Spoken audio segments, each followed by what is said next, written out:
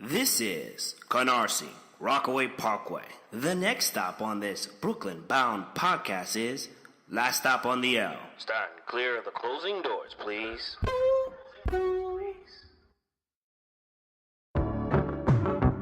When she comes outside, she represents us. And when I say us, I mean men, kings. So, thoughts, birds, pigeons, that's cool from time to time or whatever. But in the long run, you're gonna need a lady. A special kind of lady. I mean, we all need a queen. Light skin, dark skin, all kind of color skin, stellar skins. I heard what these guys say to you, but don't pay no mind unless they say you were beautiful. Queen. Yeah. Light skin, dark skin, all kind of color skin, stellar skins. I heard what these guys say to you, but don't pay no mind unless they say you were beautiful. Queen. Yeah. I met you at Afro Punk, Curl Fest, Church Neck, Sunday's best dress. Runway ready, nothing playing about it, set the turbulence. She got niggas shook, nervousness. She woke even when she got beauty rest. She want the weight of my heart, Northwest. Found ways to hers in a Corvette. I'ma hug her harder than a corset. And you know what's next. She gon' think I invented sex. She gon' watch the come up on my left wrist and her wrist. That's matching Rolexes. Yeah. I was on Section 8, now I got whole sections in the club. VIP, drinks on me, drink chance. Like real quick. Yeah, because your mic was on. Okay, I'm gonna try it again. I was talking to myself. Failed. I was like, why do I sound so Okay, that was the new single by Boy Juice Cannon, Queen. Cop that wherever you cop music, iTunes, Amazon, everywhere. Tidal, everywhere. Probably gonna drop a vinyl soon, alright? Listen, Juice, you my boy and all, but I gotta flame you a little bit. You got Katy Perry on the cover. We're gonna talk about that shit a little later. French vanilla pudding ass on the cover. Yo, it's your boy DWNYOCION. Welcome back to the Last Stop on the L. How's everybody doing? It's a beautiful day here in New York City. A lot of fuckery going on in the world, but a beautiful day in New York City. Yo, it's your boy Chris from Highbridge Representing. Yo, it's your boy Mayhem Mike. You know, star of the show. I'm here because, you know, Vonna Sage couldn't be here. You know, she out here cashing checks, I believe.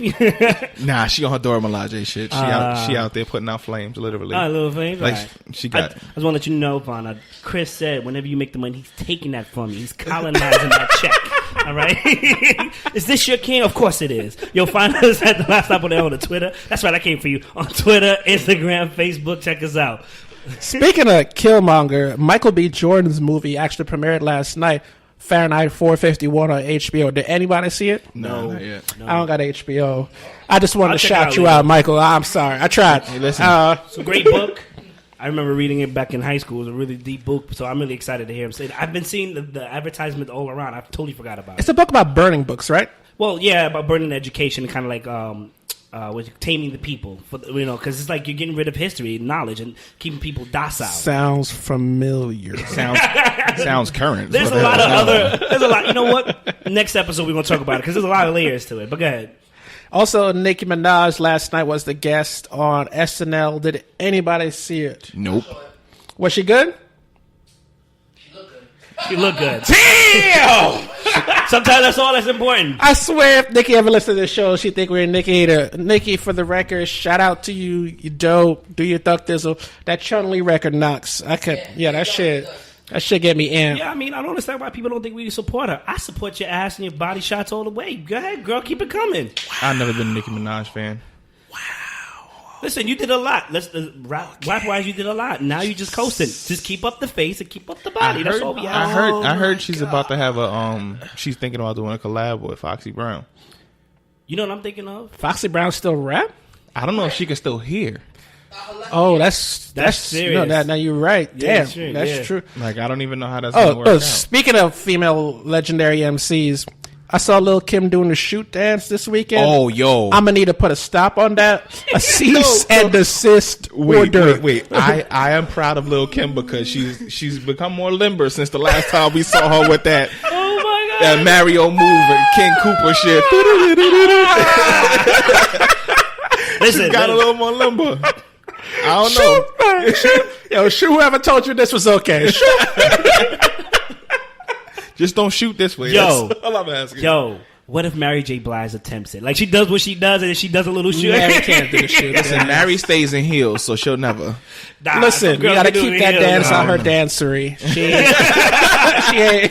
She ain't really built for this shit.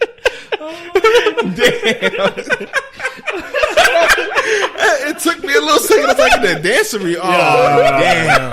So, Took it Nikki's full not coming circle. on the show, and neither is Mary J. I got you.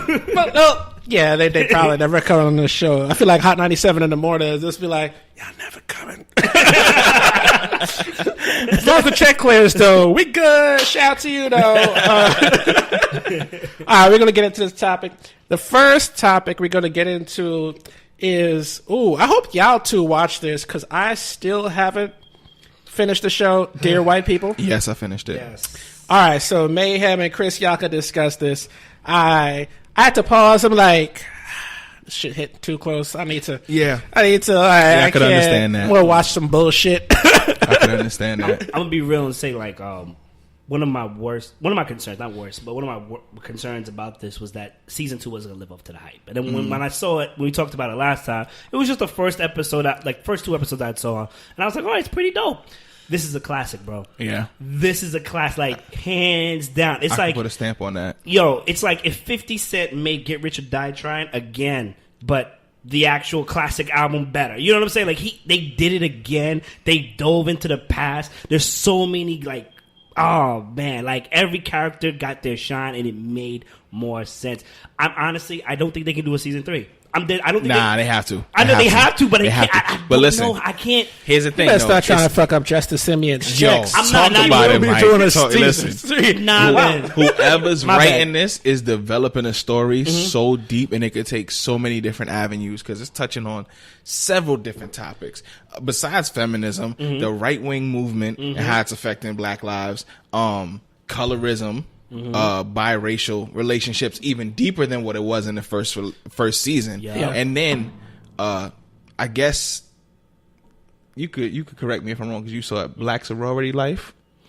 Because that's what I saw it as. Like in the season, like they have this order. Spoiler: they have the Order of X, and it's basically a descendant of the Underground Railroad movement that was tied to the campus. And they started talking about like I forgot what the science was behind it, but basically how slaves and Black people were dumber because of their physical build and how they justify it scientifically, and it was taught on the campus. The size of the cranium. Yeah, the size of the cranium. Oh, phrenology? Yeah, there you go. And one of the fathers of phrenology was at that campus teaching it, and there was a Black student there that basically developed the Black student base, and how Armstrong Parker became from like the previous quote unquote niggas.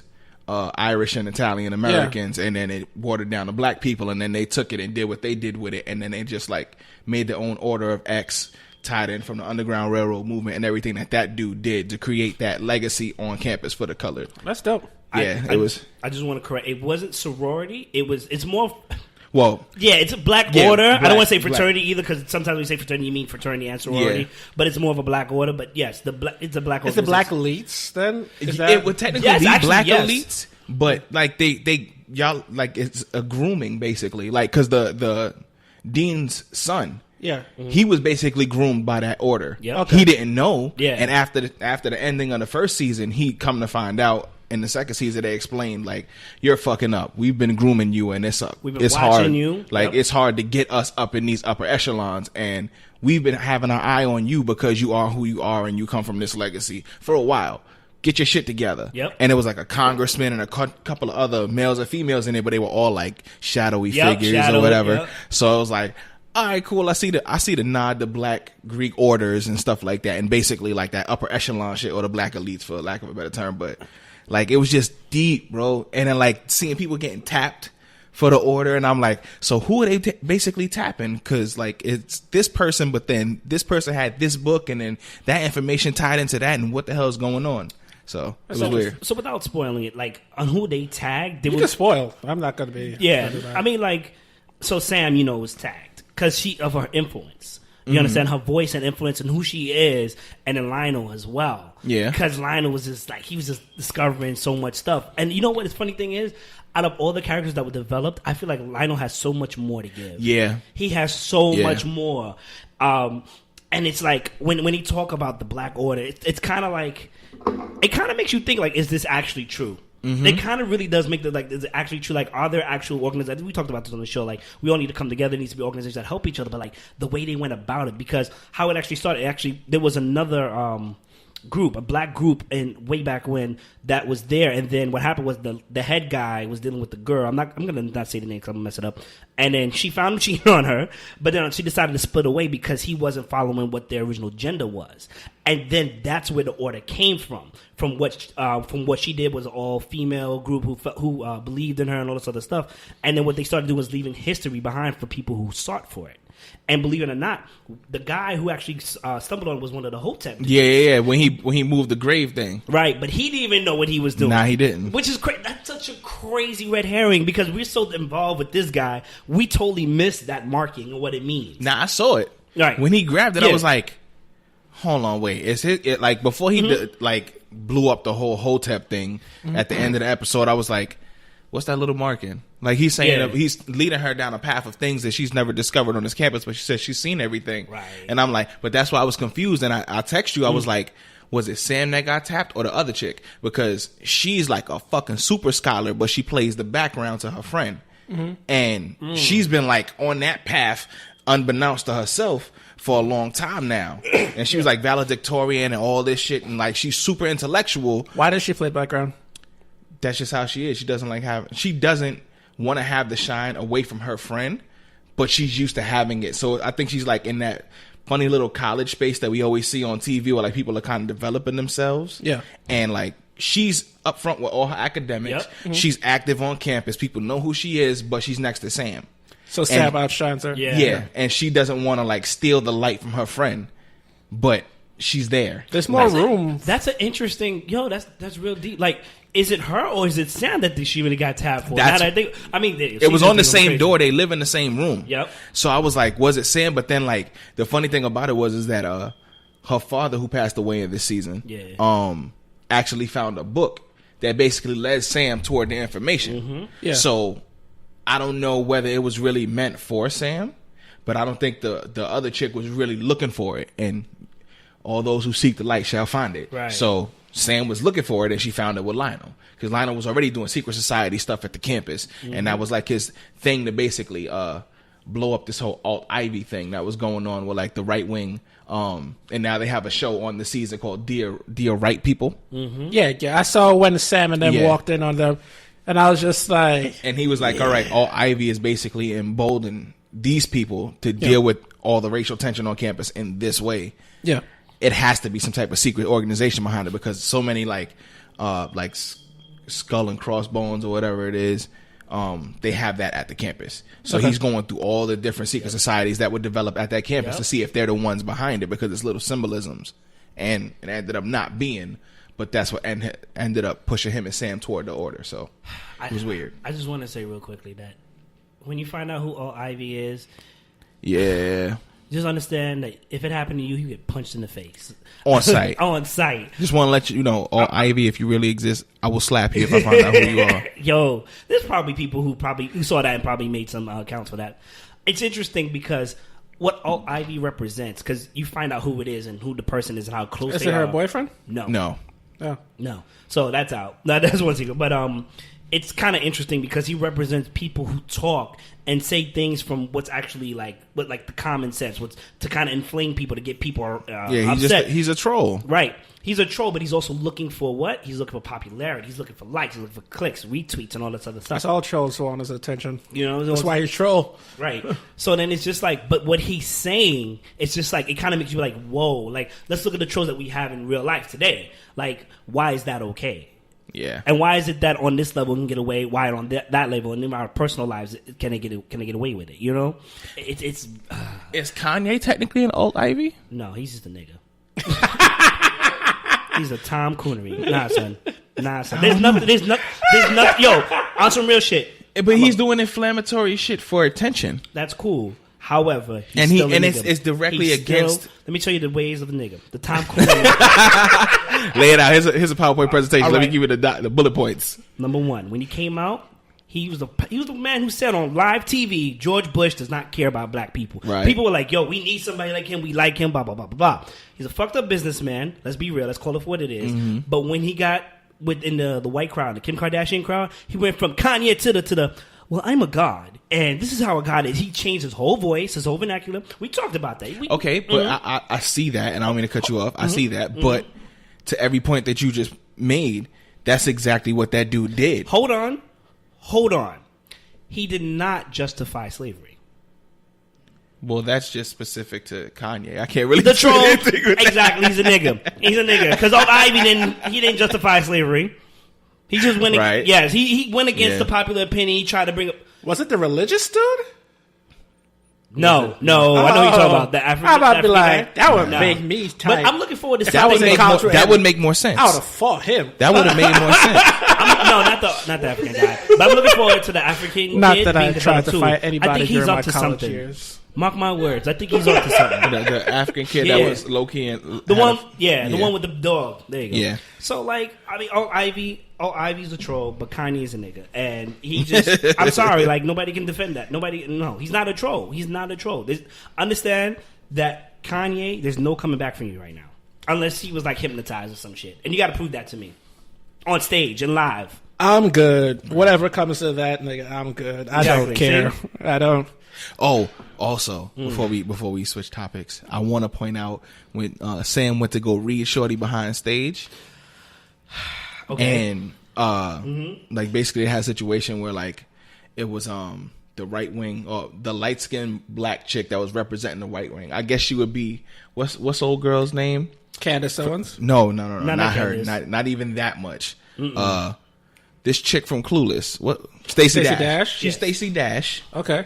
And they had a dude that would, I guess, the black dude that's a commentator or analyst on CNN. Oh, the short black dude. Paris? No, not him. The other one that's usually siding with Angela Rye.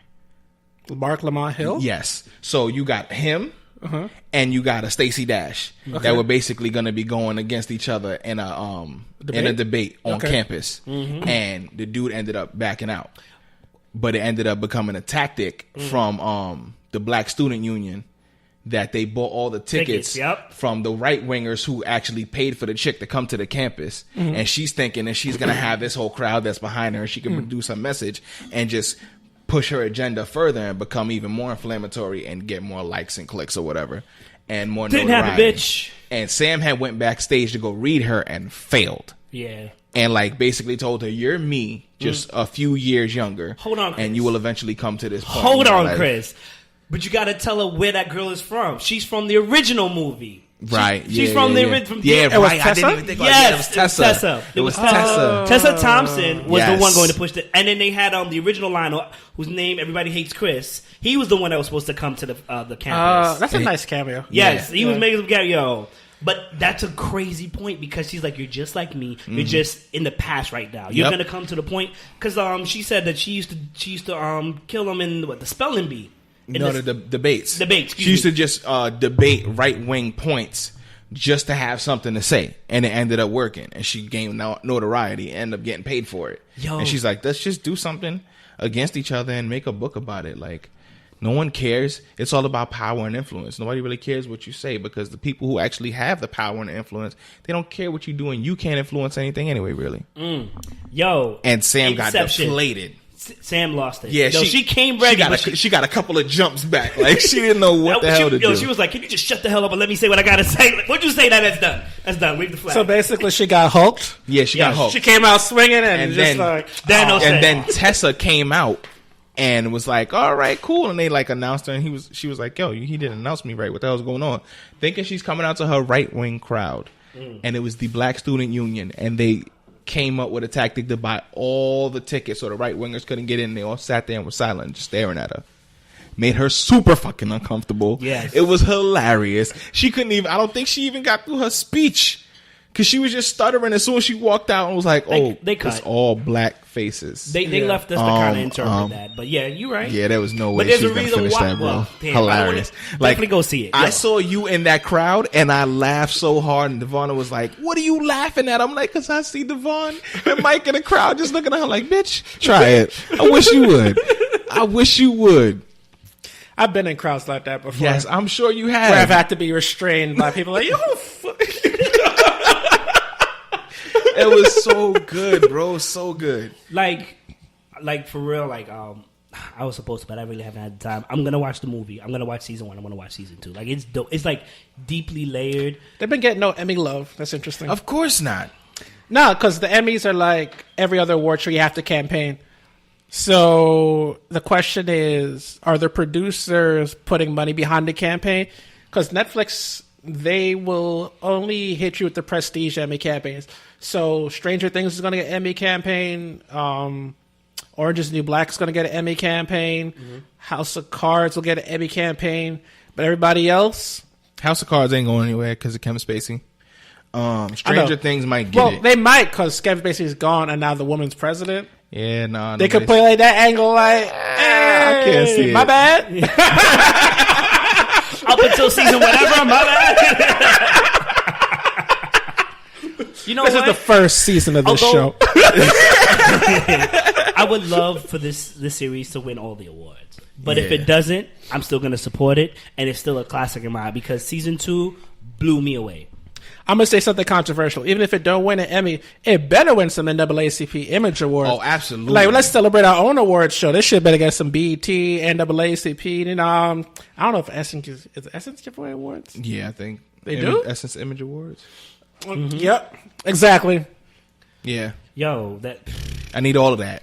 I need Facts. all of that because they hit several notes. Several notes. And the crazy thing is, they went deep, but they didn't go deep. They still made it relatable. Oh, my God. And they left room for interpretation. Exactly. That's why I think there's definitely going to be a third season because there's so many avenues you could take with the individual characters and how their stories developed and how the whole season came to a point. It was like, all right, where do we go from here? Their funny rendition of Love and Hip Hop was funny. Like, you kind of miss it, but it's Oh, funny. when they're watching it with the white kids? Yes. And he's just like, this is my favorite show, but this is uncomfortable. You know what was uncomfortable but hilarious to me? How they kept making fun of Iyanla. I laughed, but I'm like, that lady be meaning so much good for people. Why are you trolling? Somebody got to catch this out, bro. I'm sorry. Oh, That's so funny, though. Oh, God. I've never seen that show. I've just seen clips and just been like, this is a lot. It's a mind fuck. It's Oprah on steroids. Yes. Oh, man. So we're gonna progress into our next topic, staying with celebrity news. Well, entertainment news more like. So Tierra Marie was in the news recently. She was the victim of. Well, she's saying she's the victim of a revenge porn plot. Someone posted explicit photos and video on her Instagram account. Supposedly her boyfriend, her ex-boyfriend, who had the information. And then she took it down, and then 50 Cent posted those videos, who was friends with her boyfriend or ex-boyfriend, and now she's going to sue, and she's going to win. Yo, look. Because here's the thing about revenge porn. Okay, two things. The 50 Cent has already lost a revenge porn lawsuit to Rick Ross's baby mother, and he still hasn't paid her. So for him to be taking part in this action again when the lawsuit comes up, it's prior history. He has no argument. It's like, you've already done this. He's a predicate revenge porn. Yeah. And in terms of her boyfriend, depending on where this act was committed, if they could prove it, some states have revenge porn laws. So that's actual real life court cases, not just like, I owe you money, but like, you might be going to jail. Right. But like, in terms of the nature of it, what weirded me out before I let you guys go is she said she was still with him for a second after it dropped. And I was confused because she said she knew who did it. It was her boyfriend. And I don't know. It seemed like they were still together post-incident. And I just made me think, like, if someone did this to you, why would you what is this? Like, was that report not true? If it's not true, well, I just don't. When she made her announcement, it sounded like she was only going after 50. It really sounded like she didn't say anything about it. She said she knew it was her ex-boyfriend. Yes. But it didn't sound like she was going. I haven't checked in this week. I really don't care. But first of all, my whole thing was like, all right, your ex-boyfriend supposedly had your password and everything. That one of the first things you do is when you break up with somebody, you change everything immediately. He had her password to Instagram. You know what I'm saying? Yo, bro. But I understand. Maybe she didn't think he would do that, right? I don't feel no type of way about it. Why? Because she's better than Black China? No. Well, that too, absolutely. I will get. She handled her business. All right. Side note from that, I could feel Vonna's side eye. That's okay. Let her feel it. Listen, lockjaw. She had lockjaw. I said it to Sage when this shit happened. I was like, I don't feel no type of way because women don't want to be slut shamed. If a dude's sex tape comes out, there's no feelings about it. Women don't feel bad for him being violated like that. Yep. So why should I feel bad for you just because you're a female? I mean, you want to be equal.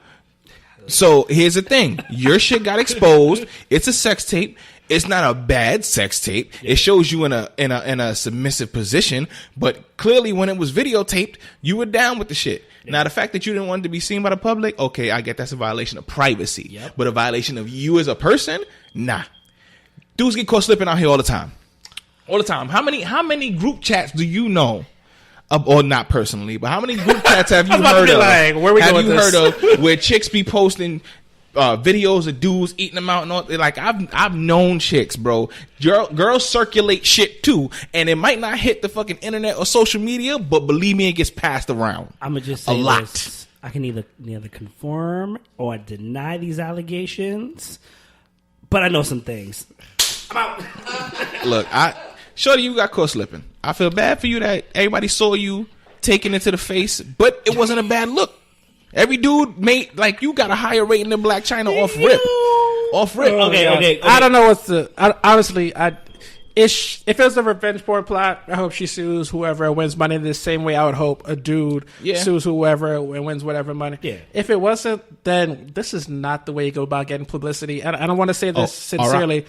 To every black female celebrity who thinks they could take the Kim Kardashian route, you can't convert from sex tape to superstar because they just don't value black women the same. They don't. Nope. So Kim Kardashian can go from having a sex tape with Ray J to the cover of Vogue, while Ray J's a nobody because she's white, like point blank period, while Lawrence Fishburne's daughter goes from what to what. There's no upward mobility in that. Yeah, so just FYI, there's no. If you're thinking about the sex tape as to come up, there's no future in it. It's just none. I don't know if y'all remember this nigga Kanye. Kanye talked about in My Dark Twisted Fantasy. He was like, the price would go down if she ever fucked a black guy, right? Years later, I actually saw a porn documentary where they were actually talking about how it is to actually have sex with black women. Like, white men can have sex with black women because that's a fantasy. But once a black woman or even a white woman have sex with a black man, generally her stock goes down in the porn industry.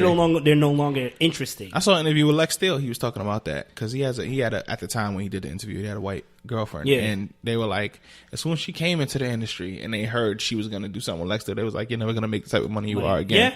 Ever. Just because you're touching him. Yep. But let a white man touch a woman, black woman, it's a fantasy. There's actually an interesting labor rights case that's actually happening in the adult film industry. Mm-hmm. This guy did a scene with a white woman. They wanted her in the scene to call him a nigger. Yeah. He was I heard about that. No. They did a scene. She did it anyway. He said, you have to cut that. I did not consent to that. They released the scene anyway, and now he's suing them. And it's two issues. It's an issue of consent because he didn't consent to that. Right. And two, it's also labor rights because as an employee, he did not consent to this and he has rights with. So it's an interesting case. And I find it interesting that like people don't really care about it as much, I guess, because it's an adult entertainer.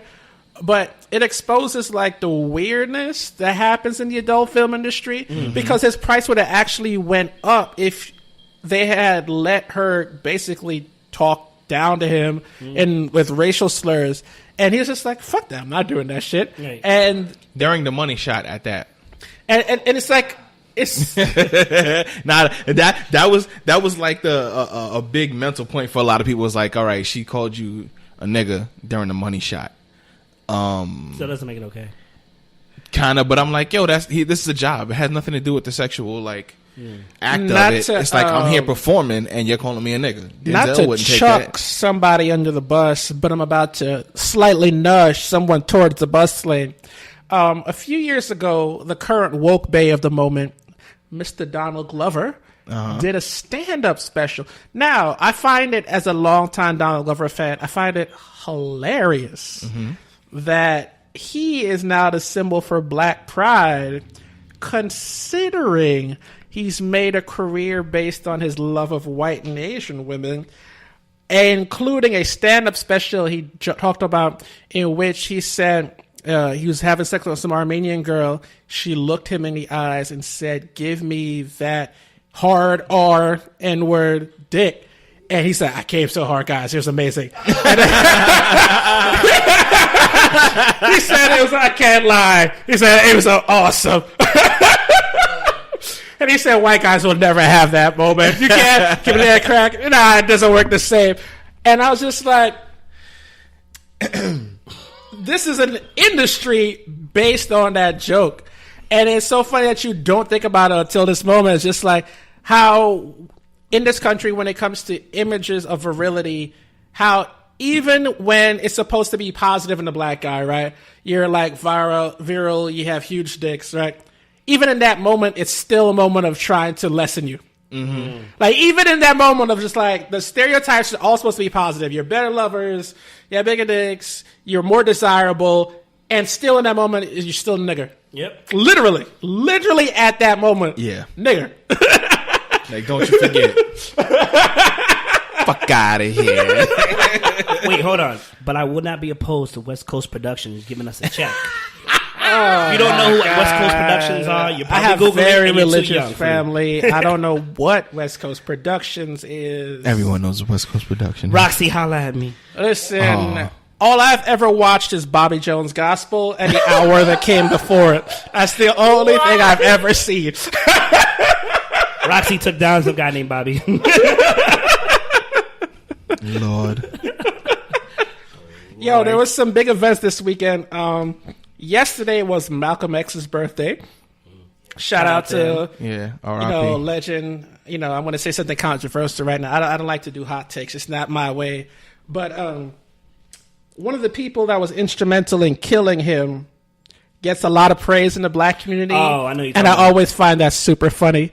Like, people are like, yo, Malcolm was the greatest. He was so influential. He was so necessary. And then you go do an event with the man that Malcolm X's daughter got arrested in a plot to assassinate someone who I'm not going to name. You can Google this. In the 1980s, because that individual she thought killed her father. That individual is still alive and well and very famous. Very popular. Very popular. And every time someone says his name, I'm like, you can't be a fan of him and Malcolm. One took out the other, brother. That's so weird. Mm-hmm. So I find that super weird.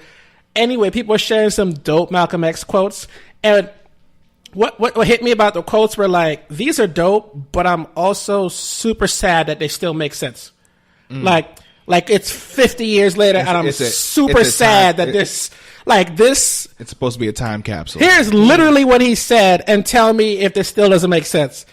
If you're not careful, the newspapers will have you hating the people who are being oppressed and loving the people who are doing the oppressing. Facts. That was yesterday. That was the headline. To give you a real world example of what he just said, last week they were protesting the Gaza Strip. The Gaza Strip is the most densely populated area on Earth. It's an open air prison. You're like, what do you mean? If you live in the Gaza Strip, you are a Palestinian, because only Palestinians live there. You're not allowed to leave because you don't control your own borders. Israel, Egypt control your borders. What does that mean? If you try to take a boat and you swim too far off the coast, they'll blow up your boat. There's no airport in. The border crossing doesn't exist unless the Egyptians let you go in, and that's for a limited time. You don't even technically have a passport to go anywhere if you tried. So they were protesting being I think it's 3 million people in the most densely populated place on Earth. Literally just protesting. They were unarmed. Some were throwing rocks. But how about this? They were throwing rocks 100 meters away from the people they were aiming it at. So basically, they can't hit him. Right. And Israel shot 50 of them to death. Yep. But if you open the New York Times, one of the op-eds is Israel has the right to defend its borders by any means necessary. I just told you they shot 50 unarmed people, including children. That's about to say. They shot kids. doctors. They shot reporters. And the New York Times op-ed is, we have a right to defend our borders by any means necessary. Brother Malcolm, boy, I'm so mad your words are still relevant. That shit is me even saying this right now can get me in trouble. Yep.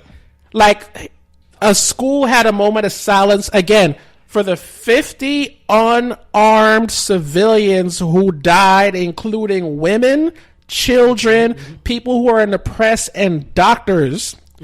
And the New York Post... Fox and Friends put up a headline that says New York City Public School has moment of silence for a terrorist group, Hamas.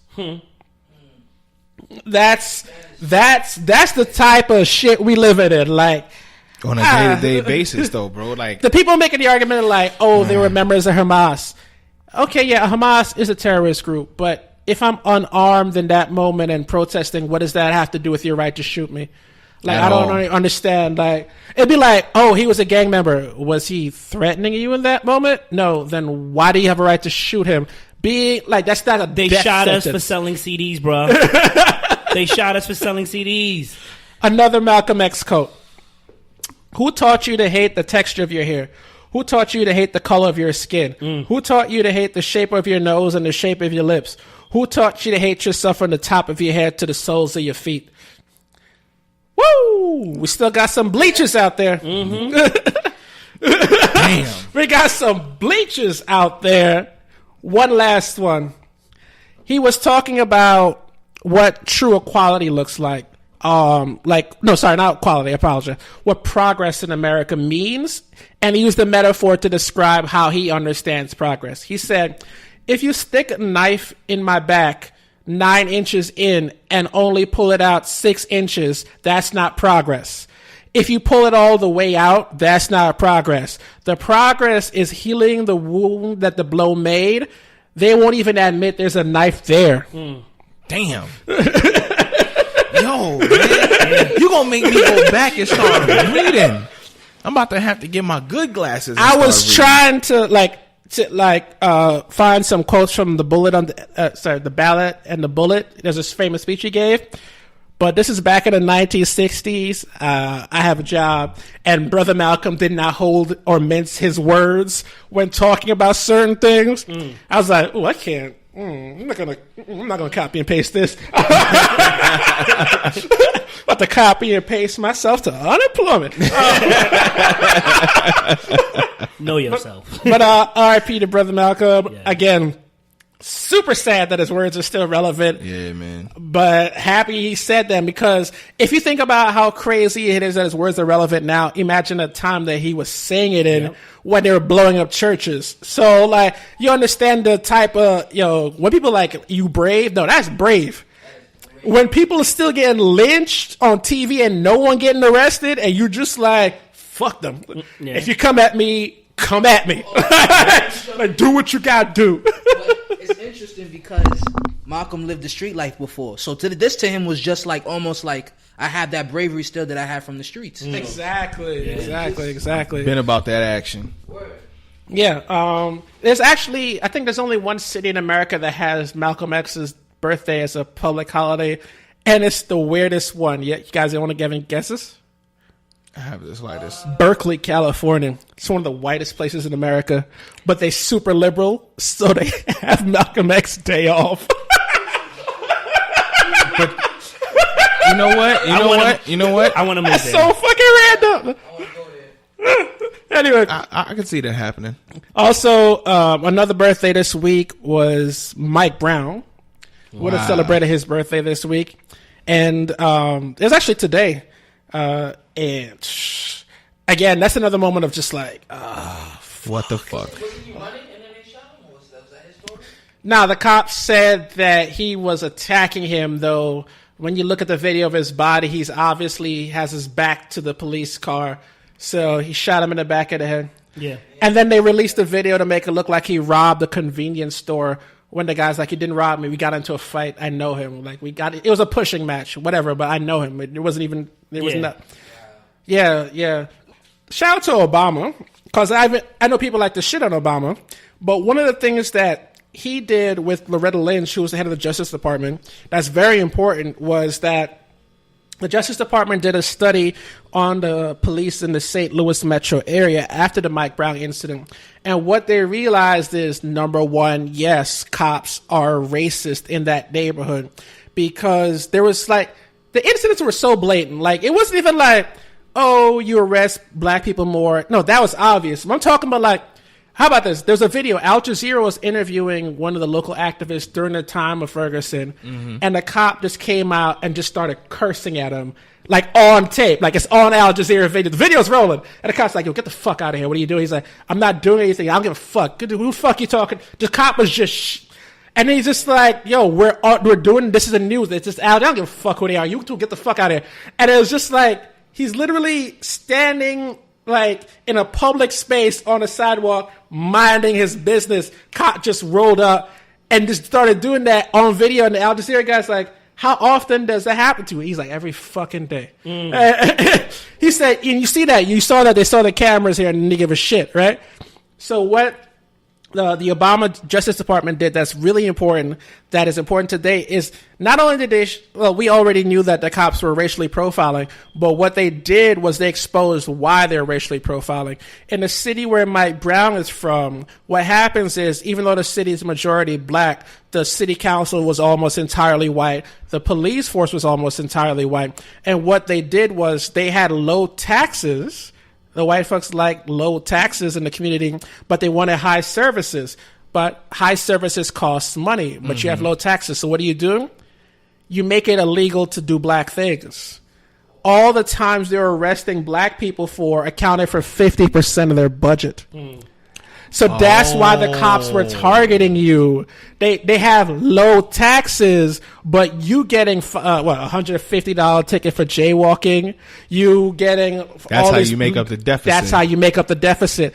And it revealed how many police departments around the country were doing it, and so they were even incentivizing law enforcement to do that. There's like memos from City Hall congratulating the cop who wrote the most tickets today. And there was just like reams of bullshit tickets that got dismissed. And the majority of them would have gotten dismissed, but the people they're targeting are too poor for legal counsel or don't have jobs that allow them to take the time off to defend themselves. So they had bullshit tickets that they knew were bullshit, but they paid them anyway because they didn't have the time or money to fight them. Right. And, I know people shit on Obama, but that's one of the most important things he ever did. Because once you reveal that they're not just hating on you because you're black and Latino, they're literally pimping you. That's the moment that you learn how to attack them. Because when you start getting rid of those fines, you disincentivize the reasons to stop you. And that's what started happening. Some of these places, some counties started passing laws that said municipal fines and tickets cannot account for more than like 20 or 30% of your budget. And once they put that hard cap, all of a sudden arrests and police interactions went down. Oh. I thought it was a crime issue, bro. It's never a crime issue. I thought these guys were dangerous. Nothing nice to say.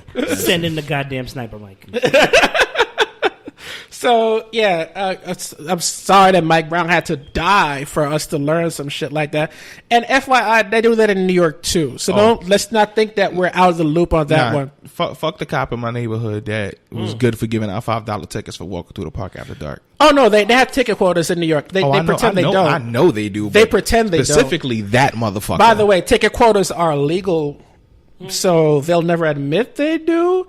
But if you're an officer and you don't write an X amount of tickets, you get reprimanded. But it's like, what am I getting reprimanded for? There's no quota. So if you're doing good police work or nothing's happening, you get reprimanded for doing your job efficiently. Yes. and you have to make something up so you don't get in trouble and Yes, you pursue there's your career audio further. of one cop was suing the city, and there's audio of him getting yelled at by his desk sergeant. He's just like, so nobody. He keeps up and saying like you saw no black guys jump the turnstile. He's like, no, there's no one jumped. He said all that time he didn't write. He said nothing happened on my patrol. Well, you go out and find something because this is unacceptable. He said, what do you mean? If nothing happened, I can't write a ticket. He's just like, I don't believe you. And he's just like, wow. Yeah. He's like, find a nigga and arrest him. That's basically what he's saying. Pretty much. Wasn't there a whole class action suit with minority cops pressing that issue? Yeah. They were on like Good Morning America. I mean, Good Day New York and everything talking about that shit. Oh, also funny moment on this topic. Years ago, remember when de Blasio talked about his giving a speech to his black son about dealing with the cops, and NYPD freaked out and they turned their backs to him and all that stuff? Yeah, I remember that. So one of the ways in which they spited de Blasio was a police slowdown. So they couldn't strike because that's illegal, and they didn't want to do a sick day because that's extreme. Mm-hmm. So what they did was they'd have like rolling blackouts where one precinct will have a bunch of people missing one day and then the next precinct, and they stopped writing tickets to spite him. And here's two things that happened. City revenue went down because how do you make up for budget shortfalls? Fines and fees, right? But here's the second thing that happened. Crime didn't go up. So the cops were doing a slowdown to make crime go up to spite de Blasio, but it didn't because your enforcement actions don't actually have anything to do with the crime level at the moment. Told on yourself, motherfuckers. That's what But you no did. one highlights this fact because if I bring that up, people will like, you're anti. I'm like, I'm not anti-police. I have friends, and when I say that, I'm not being facetious. There are people who were like my ride or dies back in the day that are now in the police department. I don't want these dudes to be put in situations where instead of actually keeping the peace or finding crime, your job is now to go harass people to reach a budget shortfall. Like, that's not your fucking job. Nope. And I know no cop wants that to be his fucking job. Because then you create animosity in the district that you work. Yep. Yeah. So And like, people remember you too. so Just saying. so I'm like, how's that anti-police for you to want them to not be writing fucking tickets all day long? There's literally a section of enforcement that does ticketing. That's what their full-time job. Let them do that shit. Like, otherwise, what the fuck are you doing? Like, Yeah, man. anywho, we're gonna get off this. We're gonna get into some fuckery. Let's bring this full circle. Let's make it fun again. Jennifer Schluter? No, call her by her name. Karen. Oh, I thought it was Barbecue Becky. There you go. You know what? You're right. Cause I thought it was Karen with the raisin salad. Does she have a flip phone? Does she have a That's what I Was that why she mad? Was that why she mad? Yes. She saw everybody else with the Samsungs and the iPhones. Like, fuck y'all niggas. Anywho, people were being black on a sunny day, which, as we all know at this point, is a crime in America. Yep. And Jennifer, I'm sorry, I'm literally not trying to mispronounce it. I just don't know how to say that. I don't care. Jennifer in Oakland came across some black folks barbecuing. She approached them and she said, this isn't like a place to barbecue. To which the guy barbecuing is like, I've lived here 30 years. I've always barbecued here. I've never had an issue. And she kept insisting that he wasn't allowed to be here. Because of the grill that he had. And then charcoal. she talked about how the charcoal was damaging the area and how, I feel at some point she said something about her tax dollars. Can I take a moment to pause? To all the racists out there, just FYI, this is a lesson that you should learn when you're a child. Everyone in the United States pays taxes. Whether you have a job or not, at some point you've paid a tax. So when you say, I'm a taxpayer, don't be surprised if somebody goes, and?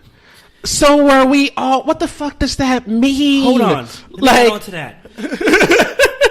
First of all, I've had problems where I've lapsed in jobs back when the economy hit, and the IRS still went after me for the years that I did not pay taxes for. So when you say I'm a taxpayer, you say, so am I, and I'm wondering where the fuck my taxes are going to. How about that? Cardi B knows. So, but here's what I will say about the Jennifer incident, because she was very persistent. She was harassing these black people. Shout out to the white woman who was tired of Jennifer's shit. Yes. Not only did she confront Jennifer, She confronted Jennifer. She's like, leave the people the fuck alone. She pulled up on her phone. It says you can barbecue here. Here's a map of the park. What the fuck are you talking about? And she still called the cops. Also, shout out to the officer that showed up. And remember when she was crying? You saw that officer face like, oh, come on, but she bro. was there. She was there harassing them and calling the cops for like 2 hours, bro. Why? Here's the part that I sincerely don't understand. Because I get the concept that you could weaponize white tears. How many black men and women have died because somebody cried, literally? Emmett Till. But in that moment... But in that moment when she had the breakdown, did she not like look up and realize like there was no sympathy to be had? The white cop wasn't with you. The white woman who was like, "Yo, call the cops. I'll be right here." Because if you cry hard enough, they might cave. Nah, that was what happened. That cop that day was just like, he was like, "Oh God, we have to show up for this one because she's just not going to stop calling." Somebody rolled down there, and they probably all heard it over the fucking intercom and was like, "Oh." Then the city of Oakland did the blackest thing I've ever seen. Shout out to Oakland. Not only did black people in Oakland come and have a barbecue on that same spot, they did the electric slide. The blackest dance in history. I feel like that's some straight. I feel like they electric slide in Wakanda. Yo, that, you know what that was? That was some adult set tripping right there. That was some Black for life. Fuck your dead homies. To the left now, y'all.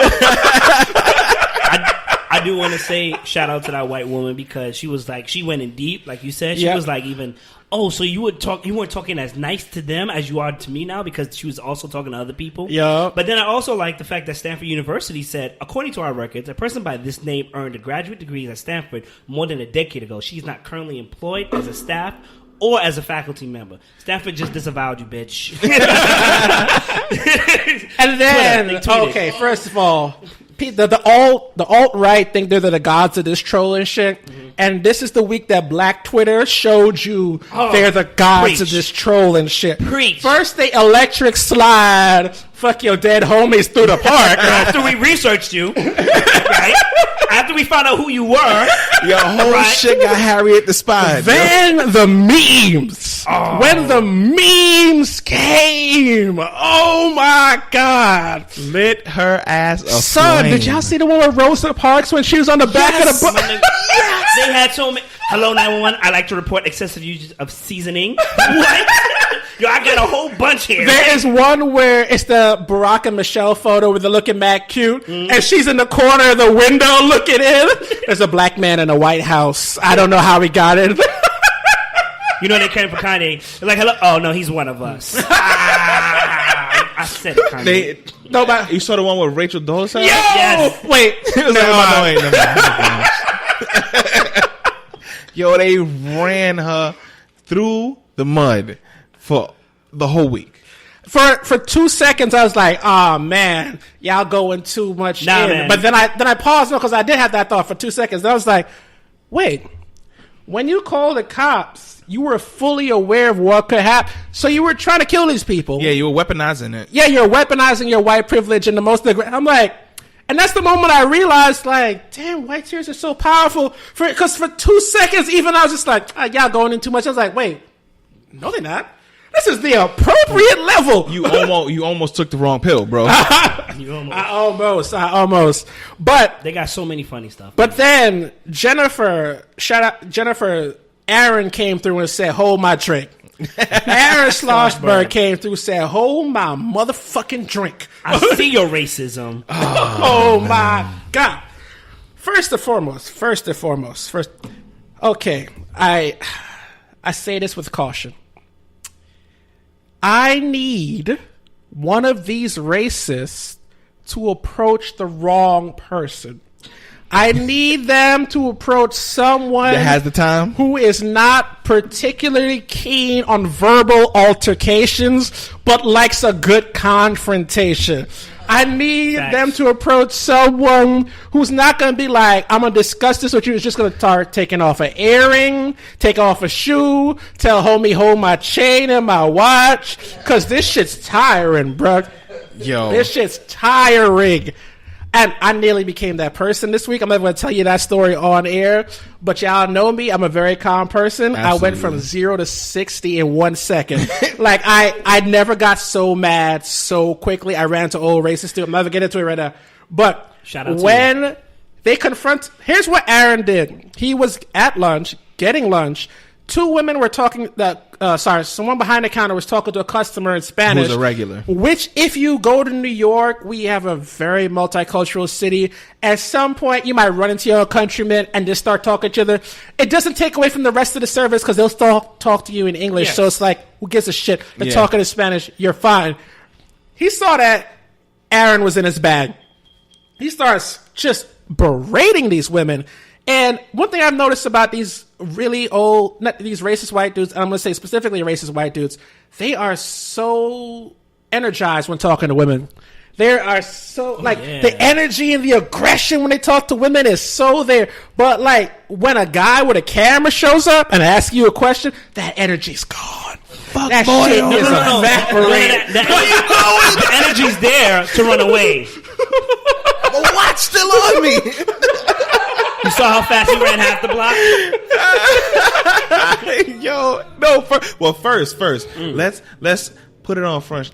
He didn't run the first time. First time he balled up like a little bi. Yeah, in front of his building, and you're harassing me, curling up behind a big ass umbrella, looking like a damn suspect with a trench coat and a fucking beanie. Yo, and I have to shout out Aaron though, because Aaron taught me something. Yo, the way white people use the police is so multifaceted. My son was trying to call police during the lunch incident. He's like, I'll call ICE on you.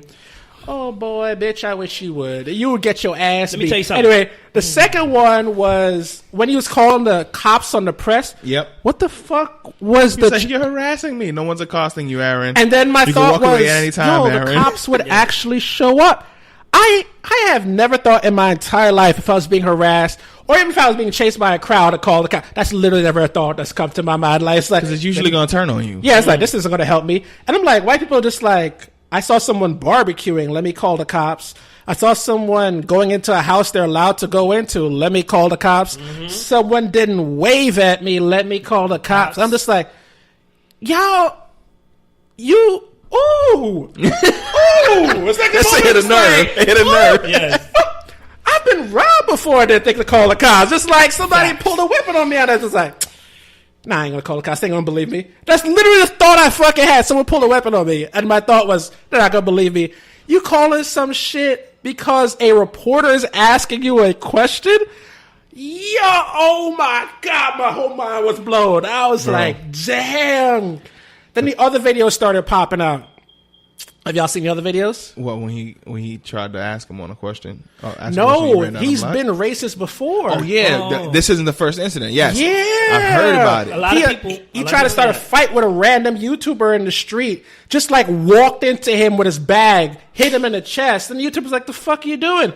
And he's just like, "What country are you from? Are you even here legally?" And he's just like, "I'm gonna call." And the YouTuber's like, "What?" He's literally just walking by in his business, and this dude tries to fight him. Then there's another one where he's at a pro-Israel rally, and he's shouting at another Jewish dude, and he's like, "You're not a real Jew. You're a fraud." And I'm like, that made the papers. I didn't see the video. That made the paper. I didn't see the video. Son, like Aaron, I want to say this sincerely. I hope for the rest of your life, everywhere you go, you get shit for this moment. Like, I want you to know that moving forward, if you ever try to order for food from a restaurant and they recognize your face, you can no longer eat that meal. Facts. Because I don't know who you think in New York makes your food. I know who in New York makes your food. Do y'all know who in New York makes your food? Every fucking kind of immigrant. You better start ordering food, picking it up under a different name. Juanito, that be ordering your food for you. Oh shit! But wasn't one of his business associates Hispanic too? Yeah. Mm-hmm. He speaks fluent Spanish. He works with immigrant clientele. His co-worker's an immigrant. Okay, she need to get her card pulled. Cause this is your man's? Oh, all right. Good to know. Yo, if I find out that she was my relative, and like, oh, that's your man's, yo, lose my number. Mm-hmm. We good. That's what you associate with? All right, that's cool. We good. Maybe she was under him. Maybe she was under. She needed a job. You know what I'm saying? I don't give a fuck. Listen. If anybody ever tells me to call ICE on me, I'll be like, that's cool, call them. By the time they get here, it's not going to look too pretty for you. that old school parent shit. You can call the police, but you going to have to survive until they get here. Facts. I'm going to wear your ass out until they show up at my front door. I am a good runner. Oh, my God. There's also oh, my God. They had a mariachi band perform outside the apartment. Yo, me and Vonna wanted to go to that shit. Oh, my God. Because they had a taco truck and a mariachi band. Like the fact... A taco truck and a mariachi band, and they actually got the permit to be in front of his apartment. Yes, because they had the barriers and the cops there. The cops Hold on, Chris. My day is ridiculous. Those right now. tacos were probably on point that day. Oh my! Why did I miss this? The best margarita you ever had in your life. You know what's funny about the Aaron Scholssberg moment? Because let's be honest, New York, we're a very diverse city, but we racist to each other all the time. But here's a simple New York rule about racism. It needs to be justified, okay? And you're like, what do you mean? If you get into a fight with somebody, a physical fight, and at some point you say some racist shit, it's not okay, but we let that slide. But if somebody is mind their business just being themselves and you compress them over it, that's when the whole fucking city feels some sort of way about that shit. Mind your fucking business, man. That's like rule number one in being New York. Somebody doing something about us, mind their fucking business. Like, that's 100% true. Like you could get into a verbal altercation with somebody if it led to some hands getting thrown.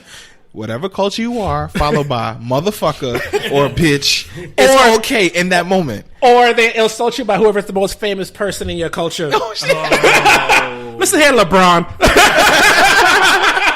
Facts. Oh my God. And I need another shout out too. Shout out to the police officers who had the funniest arrest I heard about all week. Did y'all hear about the white woman that got arrested for petting a dog? Nah. That's the funniest shit I heard all week. What? Hold up. It gets better because it sounds crazy, but there's a black woman. Sorry. She went to go pick up her boyfriend. Mm-hmm. She brings her dog with her, and her boyfriend works in an area. I forgot what state they're in, but the area that he works in got a shit ton of bars, right? Mm-hmm. So she brings her dog. They're in their car. Their dog is in the back seat. The two front windows are rolled down, but the back window is rolled up. A white woman sees the dog and wants to pet the dog. The black woman says, no. All right, fair enough. It's a dick move, but it's your dog. You can do whatever, right? Not a dick move. No. No, I'm like, it's like a little weird, but whatever. Whatever you think about it, doesn't matter. It's still her right to do it, That's right? a don't touch my hair moment. Yeah, whatever. There you go. Again, it's her right. It's her fucking dog. White woman is not okay with this. And you're like, what do you mean? She tries to reach in the car through the front window to pet the dog in the back seat. So the woman's boyfriend grabs her hand. What the fuck are you doing? And then she starts like berating them about how they're mistreating their dog or some shit. And at some point, some two cops are watching across the street. They come over because they're like, this is so stupid. And then they come over to just have a conversation with this white woman, and that's when she went white. Because how dare you tell a lily white woman no Facts. for anything that she wants? Facts. She started crying, said, I don't know what she accused them of. And then the black woman was about to explain, and the cop's like, no, we saw everything. And then she's like, yo, step away from the car. White woman started getting angry. And then she started to calm down. She's berating the cops. And then the video turns on. You see her literally getting arrested. The cop's like, ma'am, just turn around. Just turn around. No, I refuse. You're a fast. And then like, you're really getting arrested for trying to pet somebody's dog. Yo. Entitled racist motherfuckers. Whenever the cuffs are being on them, they cry like a bitch. All the time. All the fucking time. They cry tears. You don't know what they did. It isn't supposed to happen. Right. This is your moral stand. It's like, I want to pet this dog. Fuck you. Like, that's your moral stand. Oh my God. I couldn't believe that shit. Because people were giving the black woman shit for this, and she explained the whole story. And you're like, that's so fucking stupid. How dare you tell a PETA card holding member no that she can't touch an animal? Right. If the dog would have bit you, we would have been in court. Right. Facts. So what if my dog's for personal protection and I'm telling you no for your own safety? How about you? And you don't want to hear it. How about you? And that dog tear your fucking pinky off. You reached into my property to touch my property after That's I told the you no. wildest part. You reached into a rando's car. You don't even know these fucking people. How, yo, I couldn't believe it, son. I was dead. Let me tell you something. I can't wait till she in Central Brooklyn telling this story. So yeah, it's like then I'll try to pet the dog, and like, she like, "What you gonna do?" I'm like, "Bitch." I'm gonna say this because my boys are not here at the moment. They're away. Something like that happened years ago, right? Years. I'm talking about when I was like teenage years, and I didn't. He could drive, I couldn't, whatever. And Shorty like reached into the car, and what my boy did was he had one of those roll up windows, so we held her arm, and we kind of drove off with her for a little bit, and then we dropped her. So to anybody that goes through that, I'm not saying you should do it, but that's one of your options. We might need to delete this off the podcast. You just out here incriminating yourself. Fuck that shit. No, statute of limitations passed. Good luck. Oh my god! Also, T.I. got arrested trying to get inside his own house. That's some next level shit, right there. I totally forgot about that. Yo. It's not arrested. He was temporarily inconvenienced. Fuck out of here! He got arrested. They put him right next to the goddamn height scale and everything. I don't even know what that shit is called. Did you see the smile on his face though? Like this gonna be the easiest couple of hours I ever had. Y'all gonna arrest me for coming home drunk, bitch? If I pay in the gated community and I forget my ID, I don't give a fuck. But wait. Look what me about in the when face, he was asking bitch. why am I Let me being inside. arrested? What did they say? Silence? They couldn't tell him why he was being arrested. Yeah, because they had no charge. Yeah. Being nigga on a sunny day, it's like... Yeah. I wish you would.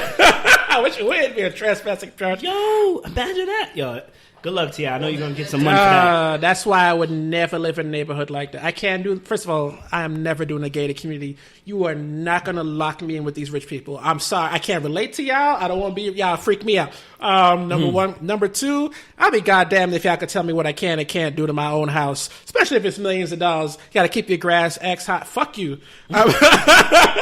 Straight up. Like, and I think the whole thing that they said was that once they Tiny actually called and like got in the security guard's ass, like, yo, he lives here, and then T.I. left, and then came back to confront the dude, like, yo, so you gotta explain to me, like, what the hell is going on? Like, you didn't da-da-da, and they were like, oh, you shouldn't have came back. It's like, motherfucker, I live here. Yeah. He's technically an employee of mine because I pay for his fucking job. And you're going to interact with him anyway. So, like, if I was leaving again and I had that conversation, I'm still, what? What am I doing? What crime am I doing? That's just... Anywho. Being black at the wrong time of day, bro. Yo, it's not even that, because I can give you one being black in the morning. Oh, okay. So in the morning time, I was heading back home, and these cops were following me. And I was like, maybe they're not following me because they had the same type of car I had. They didn't have the same car, but there was a car just like mine in front of me. They had a car, you know, the usual black cabbie car that looked like with an actual cabbie sticker on the side. Okay. I've never seen that. I'm gonna be real with you. Yeah, they use all types of commandeered vehicles. So they're following. I want to say us too. And I'm thinking it's me. I get to a certain point by Eastern Parkway, they pull in front of me. So I'm like, all right, cool. You check my license. I ain't got nothing on me. Maybe a ticket for parking. I'm good. You know, they waited until I went over Eastern Parkway. Ironically, my alarm went off, and they pulled me over. You know what he said? He said, you on your way to work? I was like, yeah. He said, what do you work for? Transit. You got the ID? Boom. Have a nice day. They followed me for over 12 blocks, bro. They followed me for over 12 blocks. 12. How dare you operate a vehicle in the wee hours of the morning on your way to work and be black at the same time? I wasn't blasting music. I wasn't speeding. Of course I wasn't speeding. You know, and I'm telling you, I'm in the simplest of gear. 12 blocks. You know what? Let's go into some light. Some real light. The royal wedding. I ain't see a single... I'm not going to lie. I saw some... I'm out of this conversation. What a play on words. Just saying. I'm putting it out there. Yeah, so Prince Harry, who is 1, 2, 3, fourth or fifth, I think. Oh, actually, you're right. It is 5 because I forgot his pops. Anyway, this nigga's never gonna be king. Yeah. So Prince Harry got married to Meghan Markle, who was a TV star. Well, okay, she was an actress. I was about to say star. Let's be honest here. She was an actress on the show Suits. If you've never seen it, dope show. Highly recommended, actually. USA Network. And they got married this weekend. And it was big news because, royal weddings, particularly the most famous royal family, the British royal family. And I was saying to Highbridge and Mayhem earlier, this is the blackest moment of Meghan Markle's life. and I was even like me being condescending because I know that as a biracial woman, she's had some identity issues as, you're too black to be white, you're too white to be black. But in this moment, I don't think there's anyone in the world that did not see her as a black woman. And to her credit, she did some black shit, though. She had a black choir sing Lean On Me, and she had that reverend from Chicago. My son was like a collection plate away from having Sunday service. Like, my son came through with the sermon. Did you see everybody's faces? My son had that fire. Did you see everybody's faces when they were them British folks ain't know what the fuck was happening. Like, because my son talking about slavery and inspiration. They're like, oh, we did this though. Let's not. Don't make eye contact with the camera. Don't let nobody catch me on camera. I can speak from experience because I went to Catholic high school and I had to go to mass every week. Yeah. Catholic church is the driest. Oh, bro! I sat through a Latin mass. I didn't know what was happening. Y'all speaking in a dead language. It's taking an hour. I don't know. Don't even let them really start speaking Latin. No, I've only went to one Catholic mass in my entire life. Bro, the whole thing was in Latin. Yeah. It was. First of all, I was there for a dope reason, but it's a very funny moment for me because I'm in a Filipino church. They all speak in Latin. And I'm here for a Puerto Rican and Dominican's wedding. I'm like, what the fuck is happening in this moment?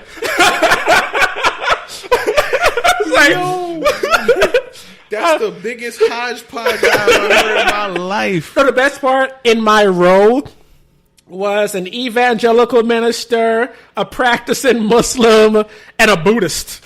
And we all sitting here looking at each other like a joke. No, that was the moment. We all looked at each other like, yo, how long is this shit gonna last? Yo, we been here forever. Are they gonna feed us? Nope. That bread. It was a beautiful ceremony, though. My boys getting married today. It's their wedding anniversaries this week. Shout out to y'all. Glad to see y'all thriving out here. Oh, damn. But yeah, I made my sacraments in the Catholic Church, and let me tell you, even in the school, it's just like, oh man, we got. Wait, are they Catholic though? I thought they're Anglican. Does it really matter? Yeah, it's still dry.